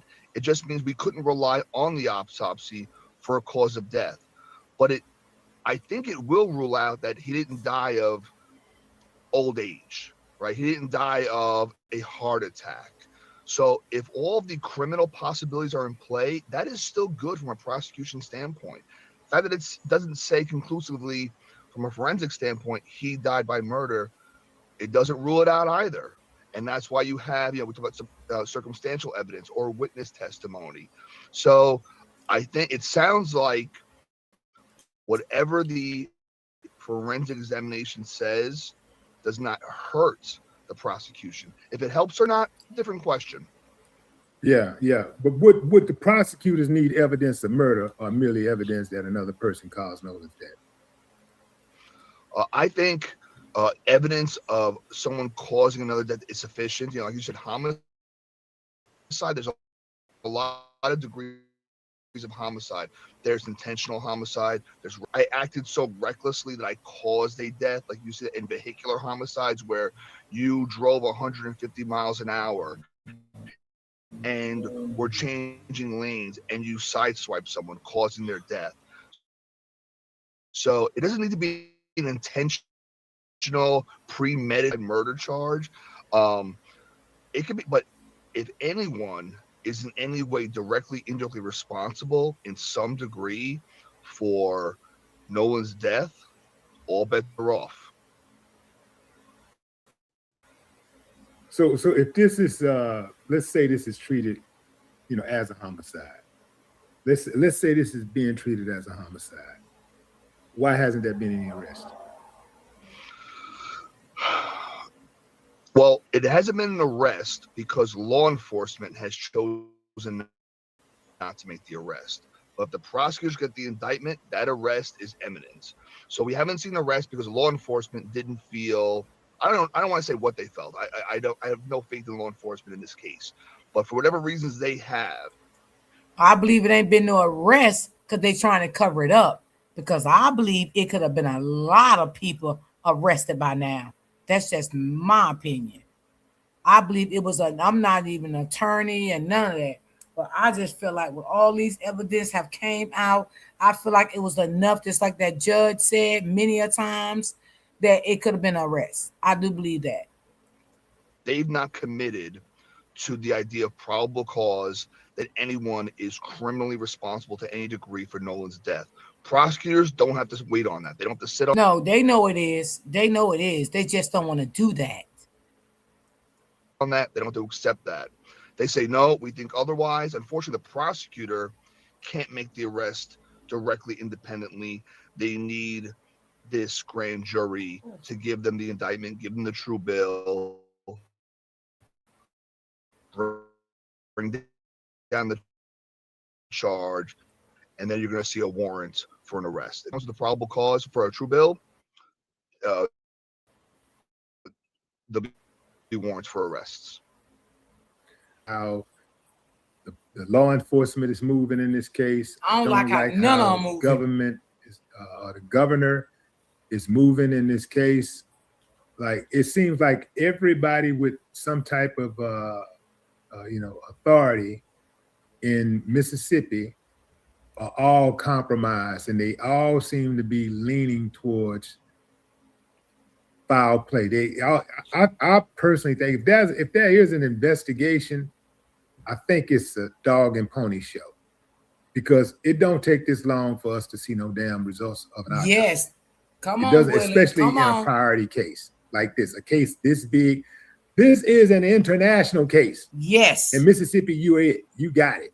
Yes. So this is supposed to be all hands on deck. Let's get these people answers immediately so we can quell public sentiment, the negative public sentiment here, because people are asking for answers, and we're getting tired of people on the internet saying this and that. Okay, let's put the real stuff out there. Let's get it out there for them so they can examine the real evidence, what's really real, and they don't have to speculate. But they're not doing that. Exactly. They're sitting on their hands. I agree with them, y'all, because they saying, "Oh, the social media is putting out lies. They don't know what's going on." Well, then tell us the truth, so we won't have to speculate. Because we're not putting out lies. Well, I'm gonna say me. I'm speculating of what I think happened, of what I think they should have been done, of what I think they may be covering up. I'm speculating, right? So yeah, tell us the truth. Tell the whole world. This is national. The whole world. Tell the whole world. Shut them down. Shut everybody down. If that's the way you feel, that people are putting out false information, well, then give the people the real information. That's what y'all can do, and shut everybody the hell up. And they're playing the waiting game. And I do believe that they're waiting for another major story to break so this story can get buried. Ooh, Willie, come on. I think so. I'm gonna separate the prosecutors from the politicians and law enforcement. From a prosecution standpoint, I'm a prosecutor. If you want to see a true bill, you want to see an indictment for the top count for murder, right? Then it is smart. It's rational to give the prosecutors a little more time, because you want them to get it right on the first shot. You don't want them to whiff on it, have to go get more evidence later. You want it to be a nice, clean, solid indictment out the gate. It could be they've been waiting to sort out the cooperation for Nolan's phone. And that's not putting blame on anyone. Just saying they would like it from a prosecution standpoint. Maybe they want that. Maybe you made a really great point in your opening. We don't know what evidence the prosecution has. Maybe they have witness testimony we don't know about. Maybe they've been working on an agreement with someone, get someone to testify against someone else. Because whoever they have testify as a witness, you also know is not going to be their suspect. So it could be they've just been tying up the loose ends, crossing T's, dotting I's, trying to salvage public opinion if they even can. But ultimately, the prosecutor, the buck stops with them, right? If this goes sideways, at the end of the day, I would blame the prosecutor, right? Get the evidence, do it right the first time.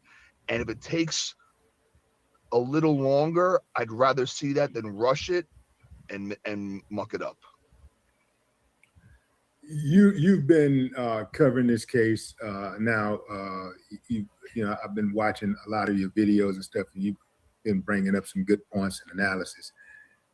What do you think is going to be on that cell phone? What do you think they're going to find? It could be anything. It really, I don't I don't cancel anything out. We could find a motive for Look like we lost Jack. Let's see if we can bring Jack back. Let's see. Okay. Okay, we're gonna try to bring Jack back in a minute, fam. But in fact, let me go into the comments and see what y'all saying over here. Let me see what y'all talking about. Those boys' phones need to be investigated. Absolutely, Miss Anderson. You're absolutely right. Their phones need to be examined. Wait. Well, if you want to be honest, their phones should have been examined from day one. Day one. Them boats should have been taken with a warrant from day one. Day one. Nobody never got them phones back. Not them boats back until everything was completed. Then after that, I guess if y'all see anything in the phones, on the boat, or whatever, call them in. You have a talk with them. This remind me again of the Nancy case. They waited for so long to do a lot of stuff. A lot of stuff. All that stuff should have been taken care in the beginning. We're waiting on Jack to come back. Let's see. Who else we got here? Lisa. What's up, Lisa? Paul Jeffers. Fitness John. Yeah. Take off that cap lock, player. Take that cap lock off, player. I saw China Carter earlier. What's up, China? I just don't understand this case no more. Because I don't care about Katie no more. You know, because we all know Katie's sneaky. We all know Katie was there. I be with some other women there. We already know Warren's real mom was there. We already know all that stuff. Okay. My focus now on this case is what's going to happen. Okay. That's my focus. Fuck them people was on the boat because we know they was there. Okay. We know people seen a lot of stuff that they're covering up. They're not saying what really happened. We know that. I don't care about Katie Facebook, Warren Facebook. I don't go on none of their Facebooks. Okay? I don't want to see none of that shit. None of it at all. None of it. I don't want to post it. I don't want to see none of that shit. Okay? Because we know that the shit ain't right. Okay? It don't take a rocket scientist to see that this stuff ain't right. My big focus is Nolan going to get justice. That's my big focus. The next thing is, what is the DA doing? Why is they taking so long to give the mother an update on what the findings was of her son? Okay. Why is it so hard for them to tell the mom what is going on now, what they did, what they're doing? That's my biggest question, those things. I don't care about Katie, none of them mother suckers. I don't care about any of them because they all been covering up from day one. You know what I'm saying? So none of them is my concern. Okay, we all know what's going on. We all know it's a cover up. That's why nobody came out for all that money for the rewards. Okay, but that would have been probably somewhere else. Everybody would have been coming forward. But being that is where it's at, ain't nobody come forward. And we know Warren Daddy, we know damn well why he put the $50,000 reward out. He knew damn well was nobody gonna come forward and say anything. That was just to make him look good. Okay, as though he was a good person and he loved the Nolan, you know, and my son loved the Nolan, and we love Nolan family. I see right through it. Some of that stuff I don't even blog on it because I don't give a fuck about Katie. I don't. I really don't. And don't give a fuck about nobody that she was with because we all know that they are liars. My most important things I told y'all that I'm trying to stay focused on. And it ain't Katie. We got Justice Joyce. What's Joyce Agnew, the Halloween baby. Hey, hey, what up? 10P Psalms. Soul to soul. Where's Nolan's throat and lungs? Okay, let's see if we got Jack back. I think let's see. Jack, what's going Where on? you at, Jack? I can hear you. Can you hear me? Yeah, but I can't see you. You got a black screen. There we go. That's better. Okay. There you go. I'm sorry about that. Live So television. we having some issues with your internet connection. It's you know, what do you call it? Buffering. Buffering. Aggie, I'll come back on. Yeah. Yeah. Okay. So we'll bring Jack back in a moment. We'll bring Jack back in a moment, and we'll keep it going. This case is heating up, fam. I'm talking about heating all the way up. There is no way possible they're going to be able to sweep this case under the rug. What we got here? Let's see.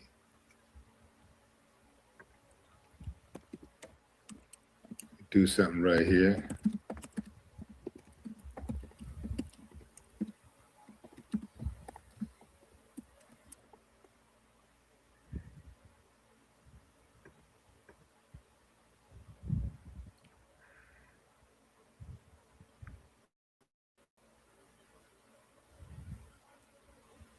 You know, they came out to try to make the mother, you know what look bad. Oh, like, you know, it's like they was trying to say like the case could move forward if she would have been gave us the phone and blah blah blah blah blah.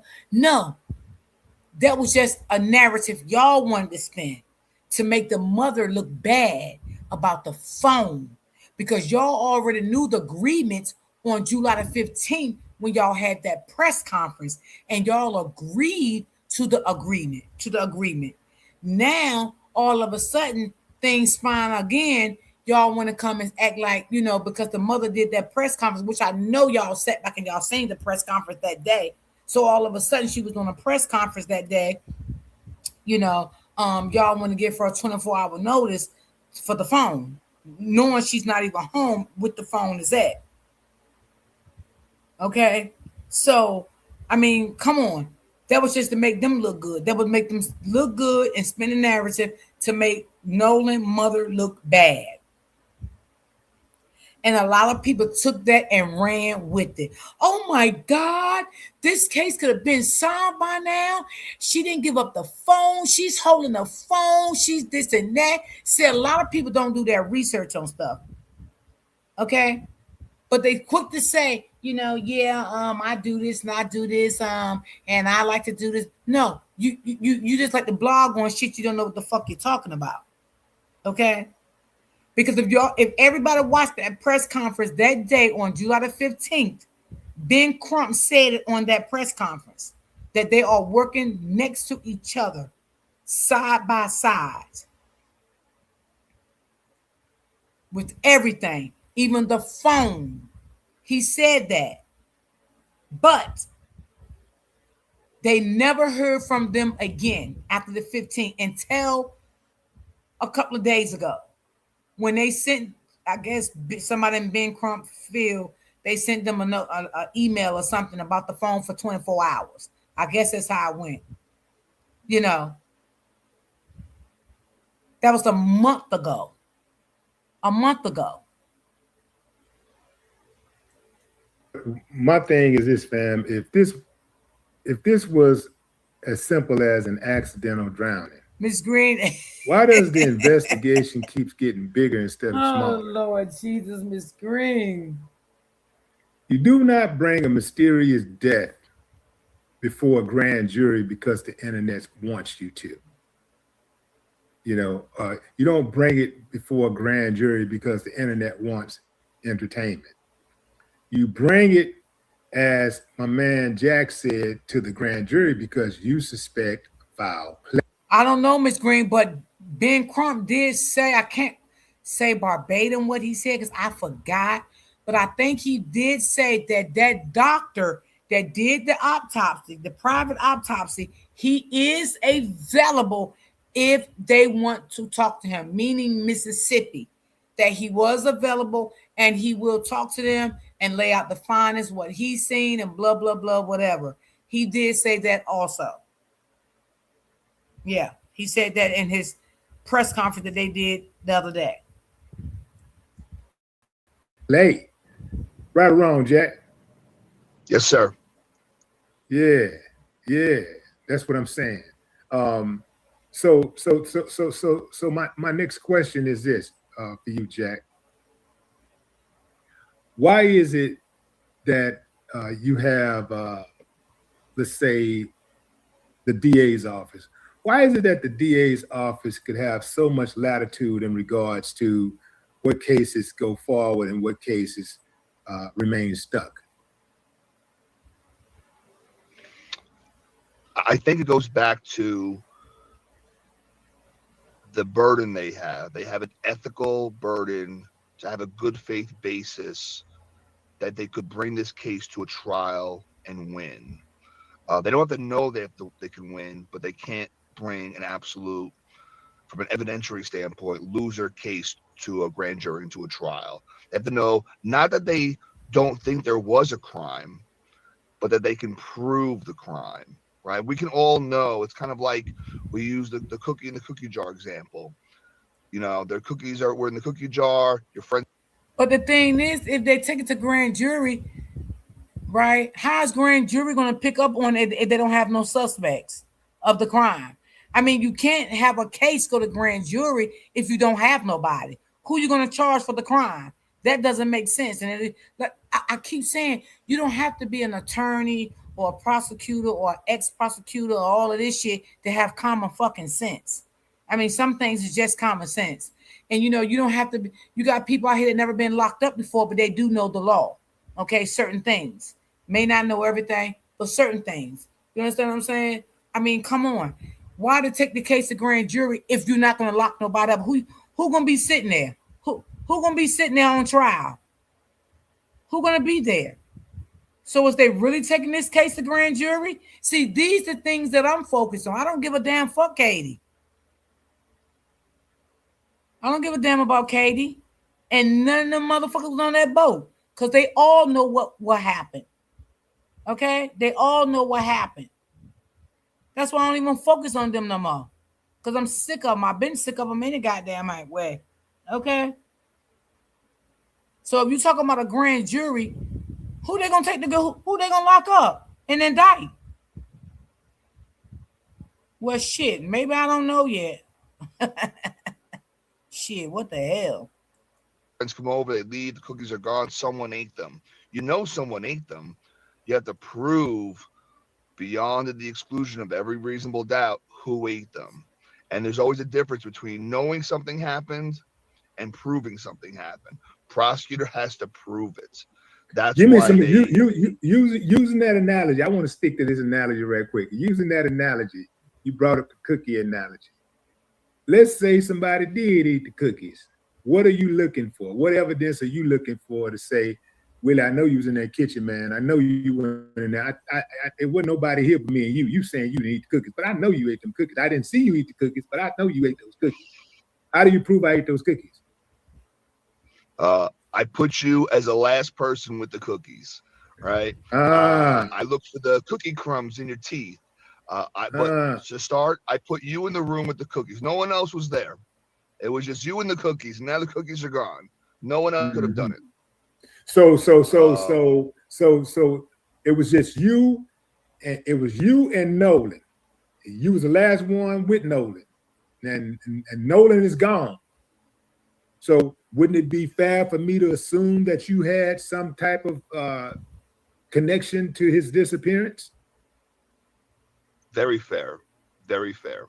Just don't expect me to admit it, right? But very fair for you to assume it. Right. Yeah. In regards, I know we're talking about the cell phone, and this is a very critical piece of evidence. Could that cell phone become critical to establishing homicide or eliminating it? It could. It could. If there's anything on there about what Noah's intentions were, hey, I'm staying behind. Hey, I'm catching the next boat back. Hey, I can't believe Wyatt had an issue with me. Or, of course, I mean, anything could be on there. That's why it's so crucial. I don't know, and I'm dying to know. Um, Again, to the extent it doesn't help, doesn't mean it hurts, right? It could be nothing. It could not, and that's okay. Let's rule it out. But if it does help, it could be crucial because again, we're still trying to tie it together. So I'm not. I'm wildly curious. I just want to. I don't want to guess. I want to know, and I want to work with that. Give me something. If the theory of the case has changed, how likely is it that investigators will interview or re-interview Nolan's friends? For me, I'm done with the police investigators. At this point, I would weigh on the prosecution. The prosecutor's office has their own investigators on staff. Okay. To the extent that we are not satisfied with law enforcement, we don't need them at this stage. We can send our own investigators out and do interviews, try to gather, tertiary evidence. And to the extent that we are going to use them, then I would look for the prosecutor to dictate to law enforcement, go get this done. Go interview this person. I need this for my prosecution. I need this for this conviction. I need this to charge this person with a crime. Go get me that thing. The law enforcement and the prosecutor's office are supposed to work hand in hand. They're supposed to be able to communicate and coordinate. And if a prosecutor says, you know what, I heard there's a ring camera on a door at Smith Street. Do me a favor, go check that out. They can go do it. Well, one of the things that they allegedly did first, before they did anything, before they even went to Nolan's parents' house, they went to the judge's house. Yep. Have you heard that audio? No. Okay, that's audio. I actually got it on one of the other videos, one of the previous videos. I think it's like maybe 2 or 3 videos down. That's audio where the deputies are on the phone, and they're on the phone and they're talking about going to what's her name? The judge's house. I can't say her name now. Ashley, I think her name is Ashley. No, is it Ashley? Ashley Cole, yeah. So they're talking about going to her house. They're on their way to her house. There's a missing body. There's a person missing. Instead of them going to the family house, they're going to the judge's house. Right. Good point. Why would you go to her house? And the mother called the cops. They gave her a runaround the first time, second time. Then she went to McDonald's and the cops met her at McDonald's. Why you didn't go to the mother house from the beginning? Because she was the one that called in, made a report, all of that, stating her son was missing. But y'all went to the judge house. Wonder why. Just my opinion. Maybe, sound kind of fishy to me, shit. Now, what's that about? I like that from an evidentiary investigative standpoint for 2 reasons. One, if someone's missing, you need the most crucial, immediate information you can get right now to find that person. If you know someone's missing and you know someone knows something about that person, you don't want there to be a missing person. Going to the family is important because you want them to know, but you also don't want to scare them. You hope to not have a crime on your hands, right? And the family's not going to know where Nolan is, presumably, if he's missing. I want to find this person before it's too late. Now, what they should have done is send 2 units. Send 1 unit to the judge's house, send another unit to Nolan's parents' house. That's what they could have done. I presume there's more than 2 facts. I agree with that. In this department. Send 2 squads immediately, 1 to the family, 1 to the source of the information. If I have to pick one, I'm going with the judge because I want to find this person. what does the judge have to do with, like, what does the judge have to do with it? She presumably she's the one that makes the first call to law enforcement, to 911, to inform authorities there's a possible missing person. Now, Right. I don't know what that call was. I don't know that that call has come out yet. Presumably, it wasn't all inclusive. And even if it was, you want to get more information about this missing person. How do you know that? How do you know someone's missing? Um, Yeah. How did she know Nolan was missing? What did her son tell her? Like, why did you get yourself involved? It wasn't your child. Okay. If I was a judge, would I got involved in that? No. Would I would have questioned my child? Yes, because he was there. I would have waited and let the police came to my house on their own to question my child and we'll sit down. I would let my child do the talking because I was not there on the scene when anything took place. But I'm not going to speak for him because I don't know what happened because I was not there and I can't. So I would like to know too what prompted her to call the police and say a missing child. Would you try to get ahead of the game? That's all I can think of. what else do you can you remember anything? Have you learned anything new since you made the call? Um, they don't know yet that it's going to be a homicide or a death, or it could be little Bobby's hiding in the garbage can, right? All you know is there's a missing person, water's involved. Time is of the essence. Time is so critical in a missing person. If you see the reports and the statistics, the longer a person goes missing, uh, incrementally, the less likely they are to be found in good health. So you got to find that person right away. It's very tough. I mean, again, this is a little bit of Monday morning quarterbacking. They could have gone to the family, and then the argument could have been made, why weren't you spending more time looking for him than going to the family? If the family doesn't know, and then now you just worry the family, go find the boy, go find this young man. Um, but they should have had more officers involved simultaneously, because maybe the family does know. Send two squads. That would have been the best play. And I agree with that. I agree with that. If you're going to send somebody to the judge's house, one of them slow pokes in Mississippi should have said, Bob, I think it might be a good idea if we send somebody over to the Walmsley's address, because it's their son that's missing. Wouldn't you want to know if it's your son? Send the boys and send them some saying, let's do something, man. Let's get on out there, get That's true. get your ass on out there and go to the That's family's true. They should have house. sent the cops to both of their And houses. don't meet them at no damn McDonald's. You give the judge the courtesy of going Yep, to that's her where they met house her, and y'all. being in the comfort of McDonald's. her house for an investigative meeting, to talk about this kid that's missing, but you tell the parents to meet you at McDonald's. You don't go to their house and let them be in. These are the people who have potentially have a dead child on their hands, and you tell them meet us at McDonald's. And then when you get there, you drop off a form for them to fill out, and then you take off. The family was the first investigators on the case. The family. They're the ones who went out and searched for Nolan's body first. It wasn't the Coast That's Guard. true. It wasn't law enforcement. It was the family. The family of Nolan Wells has been disrespected in this case from its inception.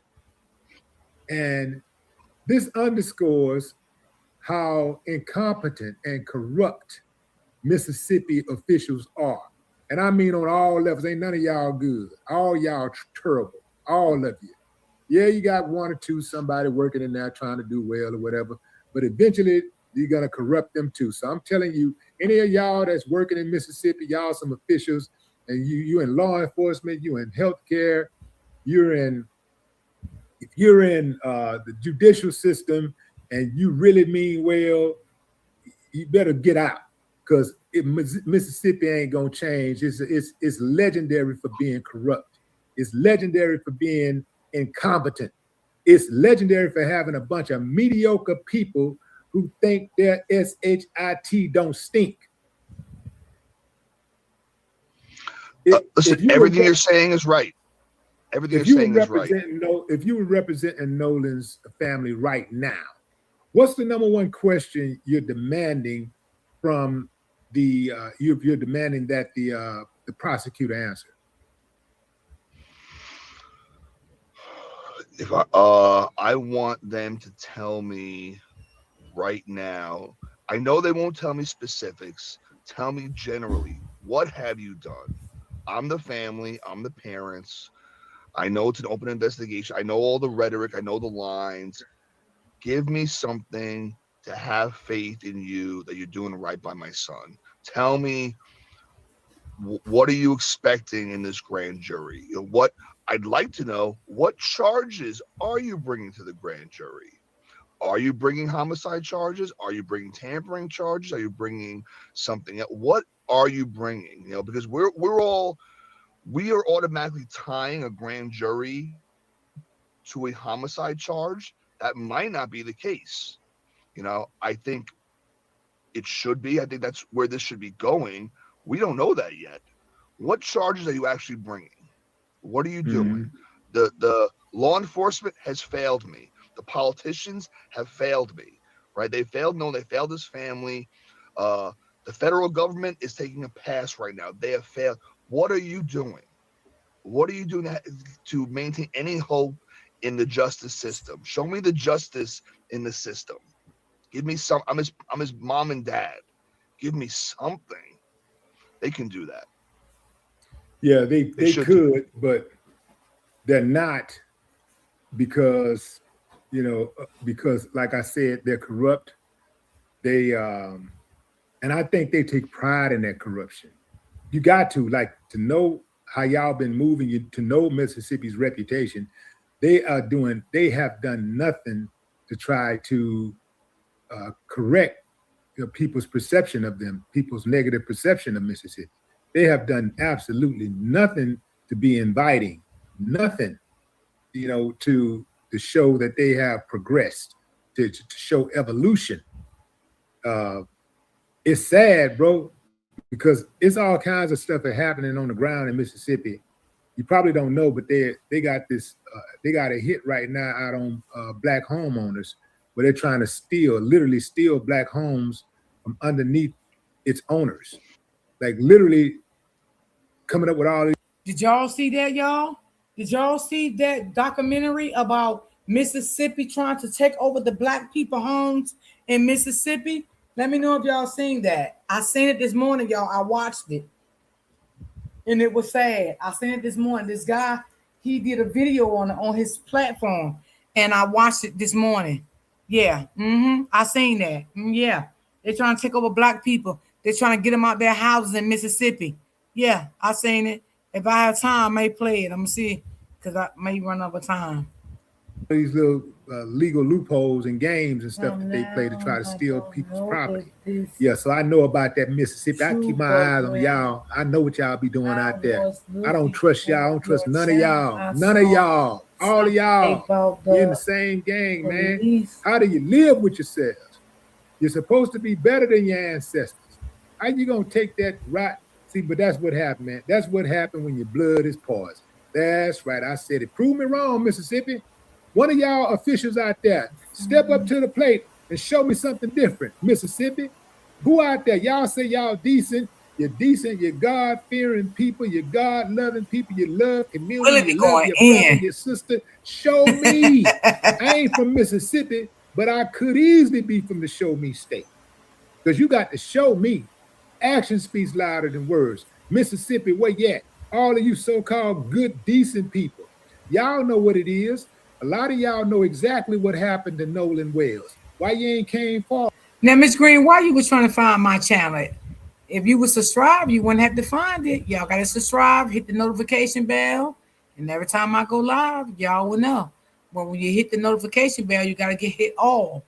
So when I go live, you'll always know. Forward. How come you ain't came forward? Yeah, you haven't came forward because you're not as decent as you would like to think you are. That's why you haven't come forward, because you're wicked. and your blood is poisoned.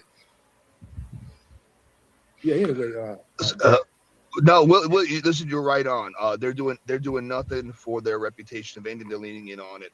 I think I've said from the beginning, you don't get a 911 call made unless someone knows something. Sometimes the hardest thing to do in life is the right thing. And that's why it's the right thing. That's why you're supposed to. You step up.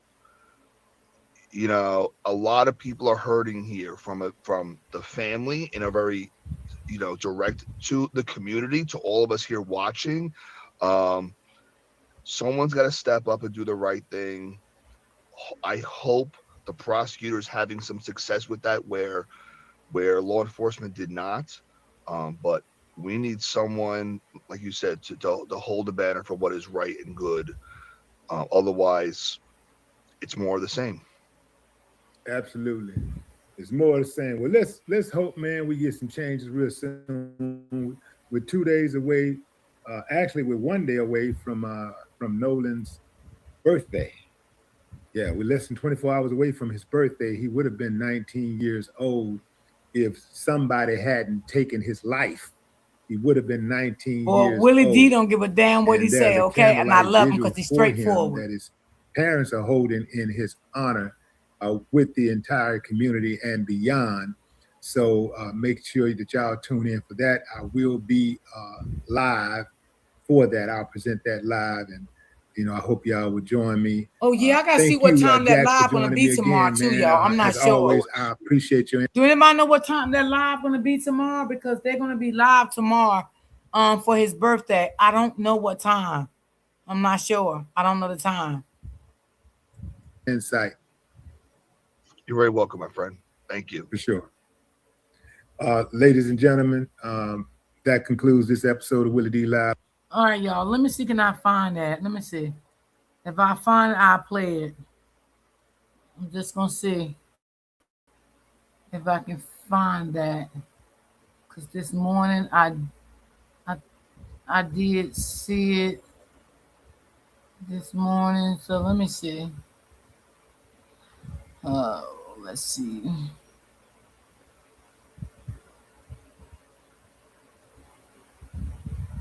Okay, I think it's this right here. Give me a second, y'all. Y'all see how I do nice stuff for y'all, even though I be right secret shall be exposed on the mountain top. Let's go, Rich. Let's go. Be watching Telehouse. Beginning. So y'all can see the beginning. I want y'all to hear this shit.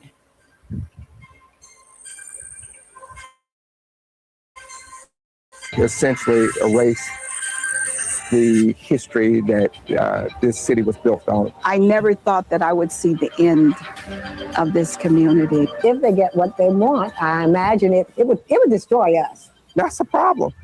That is absolutely a problem, and it's unacceptable. We're not giving in. We're not giving up. We're not going to move, and we're not for sale.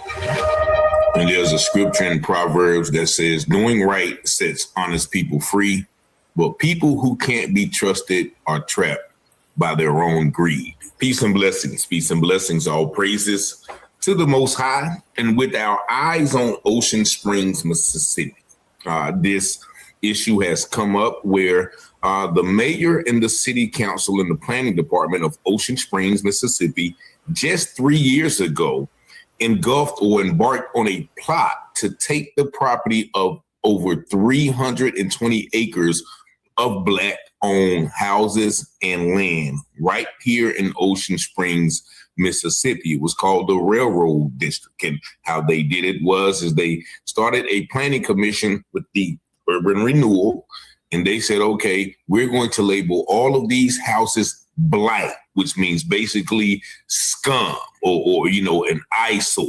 And with that label, they can claim eminent domain, which is mean, okay, we can take it or we can give you pennies on the dollar for it, but we're going to take it because it's blight, and then we'll tear it down and build up new things. However, the Black residents, which are only 5% of Ocean Springs, Mississippi, put up the fight. And I'm going to let you hear the rest of this story. Then I'm also going to let you hear what they had to say individually. Then I'll break down how this evil white system of Ocean Springs attempted to steal property of the Black residents from the Railroad District, which is a historically Black district in Ocean Springs. Just listen. A beachside town in Mississippi would like to see a historic Black neighborhood replaced with commercial development catering to tourists. State law says you can't take people's homes to give to developers, but the town is trying to get around the law by declaring without any basis that the neighborhood is a slum or blighted. When we were informed or found out about the urban renewal development and what the city of Ocean Springs had planned, we were angry, we were upset, and we were hurt. The blight designations provide the legal basis for the redevelopment plan. Under Mississippi law, the property owners only had 10 days to challenge the designations. But due to the town's secretive process, home and business owners missed the deadline and instead found out their properties had been labeled blighted months after it happened. Sam Washington is the trustee of a church that is the cornerstone of the neighborhood. We have members who are going through, the fear of losing their properties. So if the church don't stand up for what's right, then, who else will they be able to look to? Ocean Springs is across the bay from the glitzy casinos and hotels of Biloxi. After Hurricane Katrina, bars, shops, and restaurants opened in Ocean Springs downtown. Now, modest homes, some in the same family for a century, are just blocks away from prime real estate. Some of these homes are 80 plus years old, and they have passed down from generation to generation. For someone to come in and just take, no. We're gonna fight until our last breath. We're gonna fight. From the moment I found out about it, I jumped in because I was just bowled over. And I was really, really impressed with the organizational skills of the community. And it shows you how threatened the community feels and how passionate they are about fighting against this. We should not be moved. It's a statement, and we wanted to make a statement that regardless of what the costs, what is the end goal behind this, we're not going to move. We can move forward together and try to figure out a solution, or we don't. After a fiery council meeting on October 2nd, the city backed down from passing the redevelopment plan. But it hasn't removed the bogus blight designations. These designations authorize eminent domain and never expire. Years from now, could get the property in the area is safe as long as that slum or blight label remains. If they get what they want, I imagine it would just be what they want it to be. We would have to move. And, it's hard to start over at some of our ages. And I don't want to sell my house in my lifetime. But even if I wanted to, who would be interested in purchasing a property under the cloud of the urban renewal plan? This property belongs to us. It does not belong to the city of Ocean Springs. It does not belong to the government. This is ours. The government cannot secretly steal your property rights, which is why the Institute for Justice is now suing on behalf of property owners. If beloved and well-maintained homes in Ocean Springs are not safe, then nobody's property is safe. If they can move us out and take our homes, what's to stop them from going up further and saying, okay, we want yours too? What's to stop them from commission meeting that was held downtown Ocean Springs last week. And so what actually happened is that our coalition, which is a new coalition that's been set up to help and assist the residents who have their homes slated on the urban renewal plan as far as possibly being taken or sold or bought by the city. And so therefore they had a meeting, the coalition, and some of the members had gone down to the historical committee meeting and had asked us some assistance and information about how to go about putting their homes on the list. And so they would take in the information, get the information from the citizens as if they were going to be assisting the citizens. And then we found out later on that the commission, one of the members on the commission, along with the city clerk here in Ocean Springs, is Patty Gaston. They were talking behind the citizens' back, laughing, making comments as if, do we really want those homes on the historical committee preservation list? How you gonna sit here and try to take somebody home that don't work hard for and put money into? And then Mr. Barbosa even went so far as to say that the homes should be burned down. Wow. No, rather than actually placed on the actual committee's preservation list. So those were the things that were said. We wanted to let the people know what's going on behind the doors at Ocean Springs down in the city hall, and that basically this predominantly Black neighborhood, along with the churches and all the other people who live in and around that area, are not standing for any more of that. I mean, basically, we are here as concerned citizens trying to give these residents the assistance that they need, and hopefully to defer the whole entire urban renewal plan altogether. This is not something we're standing for. Ocean Springs is fine the way it is. I mean, it is a nice, I call it a little sleepy town, basically, but that's the way we like it. We want it to be the same way. We're not interested in being like Biloxi. We're not interested in being like New Orleans or any of those other big cities. We like having the whole town feel that Ocean Springs is, and that the people come for. So that's what you guys would like to see. That's exactly what we'd like to see. We don't want any real true changes. We're saying that we need these changes in order for the city to grow. In the Holloway, and he's on there, and he's singing. So what they want us to do is not listen to what we're hearing, but look at them and believe what they're saying through their lying lips. Patty Gaston and Carlos Barbosa are appointed by the mayor. Do you all feel like that these individuals should step down at this point? Not only should they step down, they should be fired, because Patty Gaston is an employee of the city of Ocean Springs. All these people right here, they pay for themselves. Y'all, that's a shame the way they're trying to do them people. That's a shame. Thinking if anyone like to donate, my link is at the bottom. And they think that she's doing a wonderful job, for them. Only to leave and then find out later on she talking behind their back. So you need somebody down there that not only appreciates your dollar, but they value you as a human. See, everybody that's out here, we're all different nationalities. But the most important thing that we're all Mississippians. And the one thing about a Mississippian is we're gonna fight anytime that we think something is wrong. And that's why they're here. And we're not being unruly, because everybody is here assembled. These are intelligent people, business professionals, teachers, nurses, retirees. And shout out to that brother and the sister who you just saw speak at the end. Now, mind you, this happened in October of 2023. Now, that Institute for Injustice filed the lawsuit federally, and the lawsuit was dismissed, meaning the Black people didn't get any money for what the city sneakily tried to do to them. However, they are appealing decision, and they appealed the decision just this year in January 26. Now, just remember, this is Ocean Springs, where Nolan Wells got killed. And what they wanted to do to these Black people who have owned them homes, it was historically Black neighborhood. It was where the Black people were in Ocean Springs, and they were failed to expand because, they redline. Redlining me, okay, but don't give these people no money.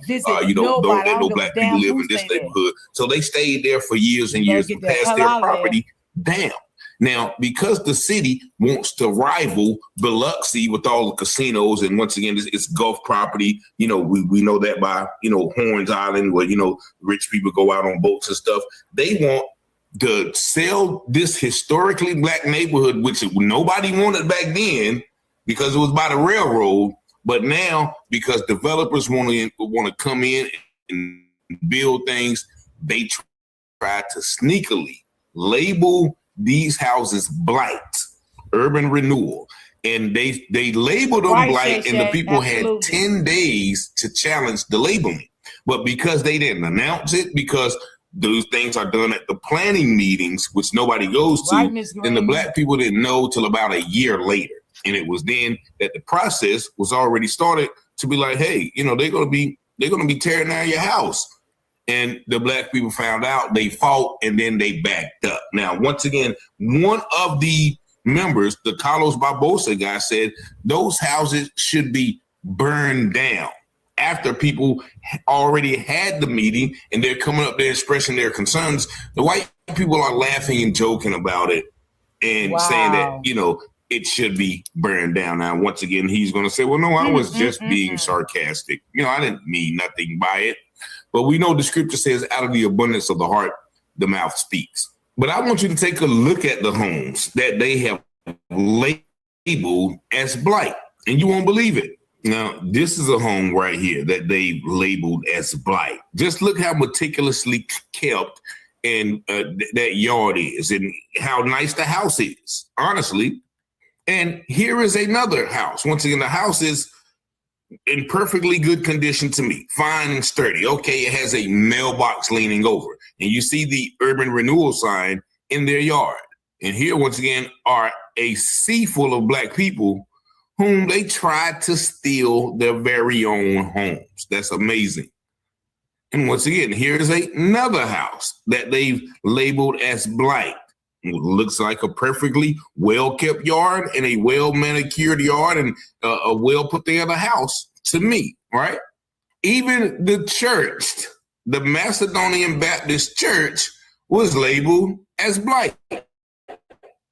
And here is the sneaky, two-faced, racist mayor right here at the time. And here is some of the, once again, pictures that they had to fight and go forth. And, look at those people. They had to fight for the right to keep their property. So this goes on a lot. I get a lot of calls from individuals who say, well, they're trying to take my house and they did this and they did that. And I'm like, how can that be done? Now I can see. But these residents are still fighting. The mayor said, well, no, we thought it was going to be good. If somebody, had their home and, they needed some money to spruce up their home, they would get grant money. Yeah, but the house would still be labeled as blight. And anytime under that blight label, the city can come in anytime and assess eminent domain. That means just like manifest destiny, right? They can just take over the land. White people are evil and greedy when it comes to this land, when it comes to this money, when it comes to greed. And, the Black people down there, once again, they not standing down. A lot of people got this misconception about Mississippians that they just want to lay down and let white people walk over them. You seen that big, strong brother talk. He wasn't dumb. He was articulate. He was country, but he was articulate. And, he laid it down. We going to fight for what we believe in. So shout out to the people of Ocean Springs, Mississippi. I wonder why they are not rallying. And they possibly are rallying around our brother Nolan Wells in this case. But this is deeper than Nolan Wells, as you see. So you're talking about a cover-up that was about to steal 320 acres of Black land. Imagine, this cover-up can also include the death of young Nolan Wells. Y'all let me know what y'all think about this video in the comments. Shout out to the citizens of Nolan Wells. The people are greedy, and, we have to be careful. Even everywhere you look, there's somebody preying on the children of Israel. Thank y'all for liking, watching, sharing, subscribing to the channel. And as always, I pray you have peace and blessings. And as the scripture says, all things that are hidden shall be revealed. Okay, y'all, that was the end of that.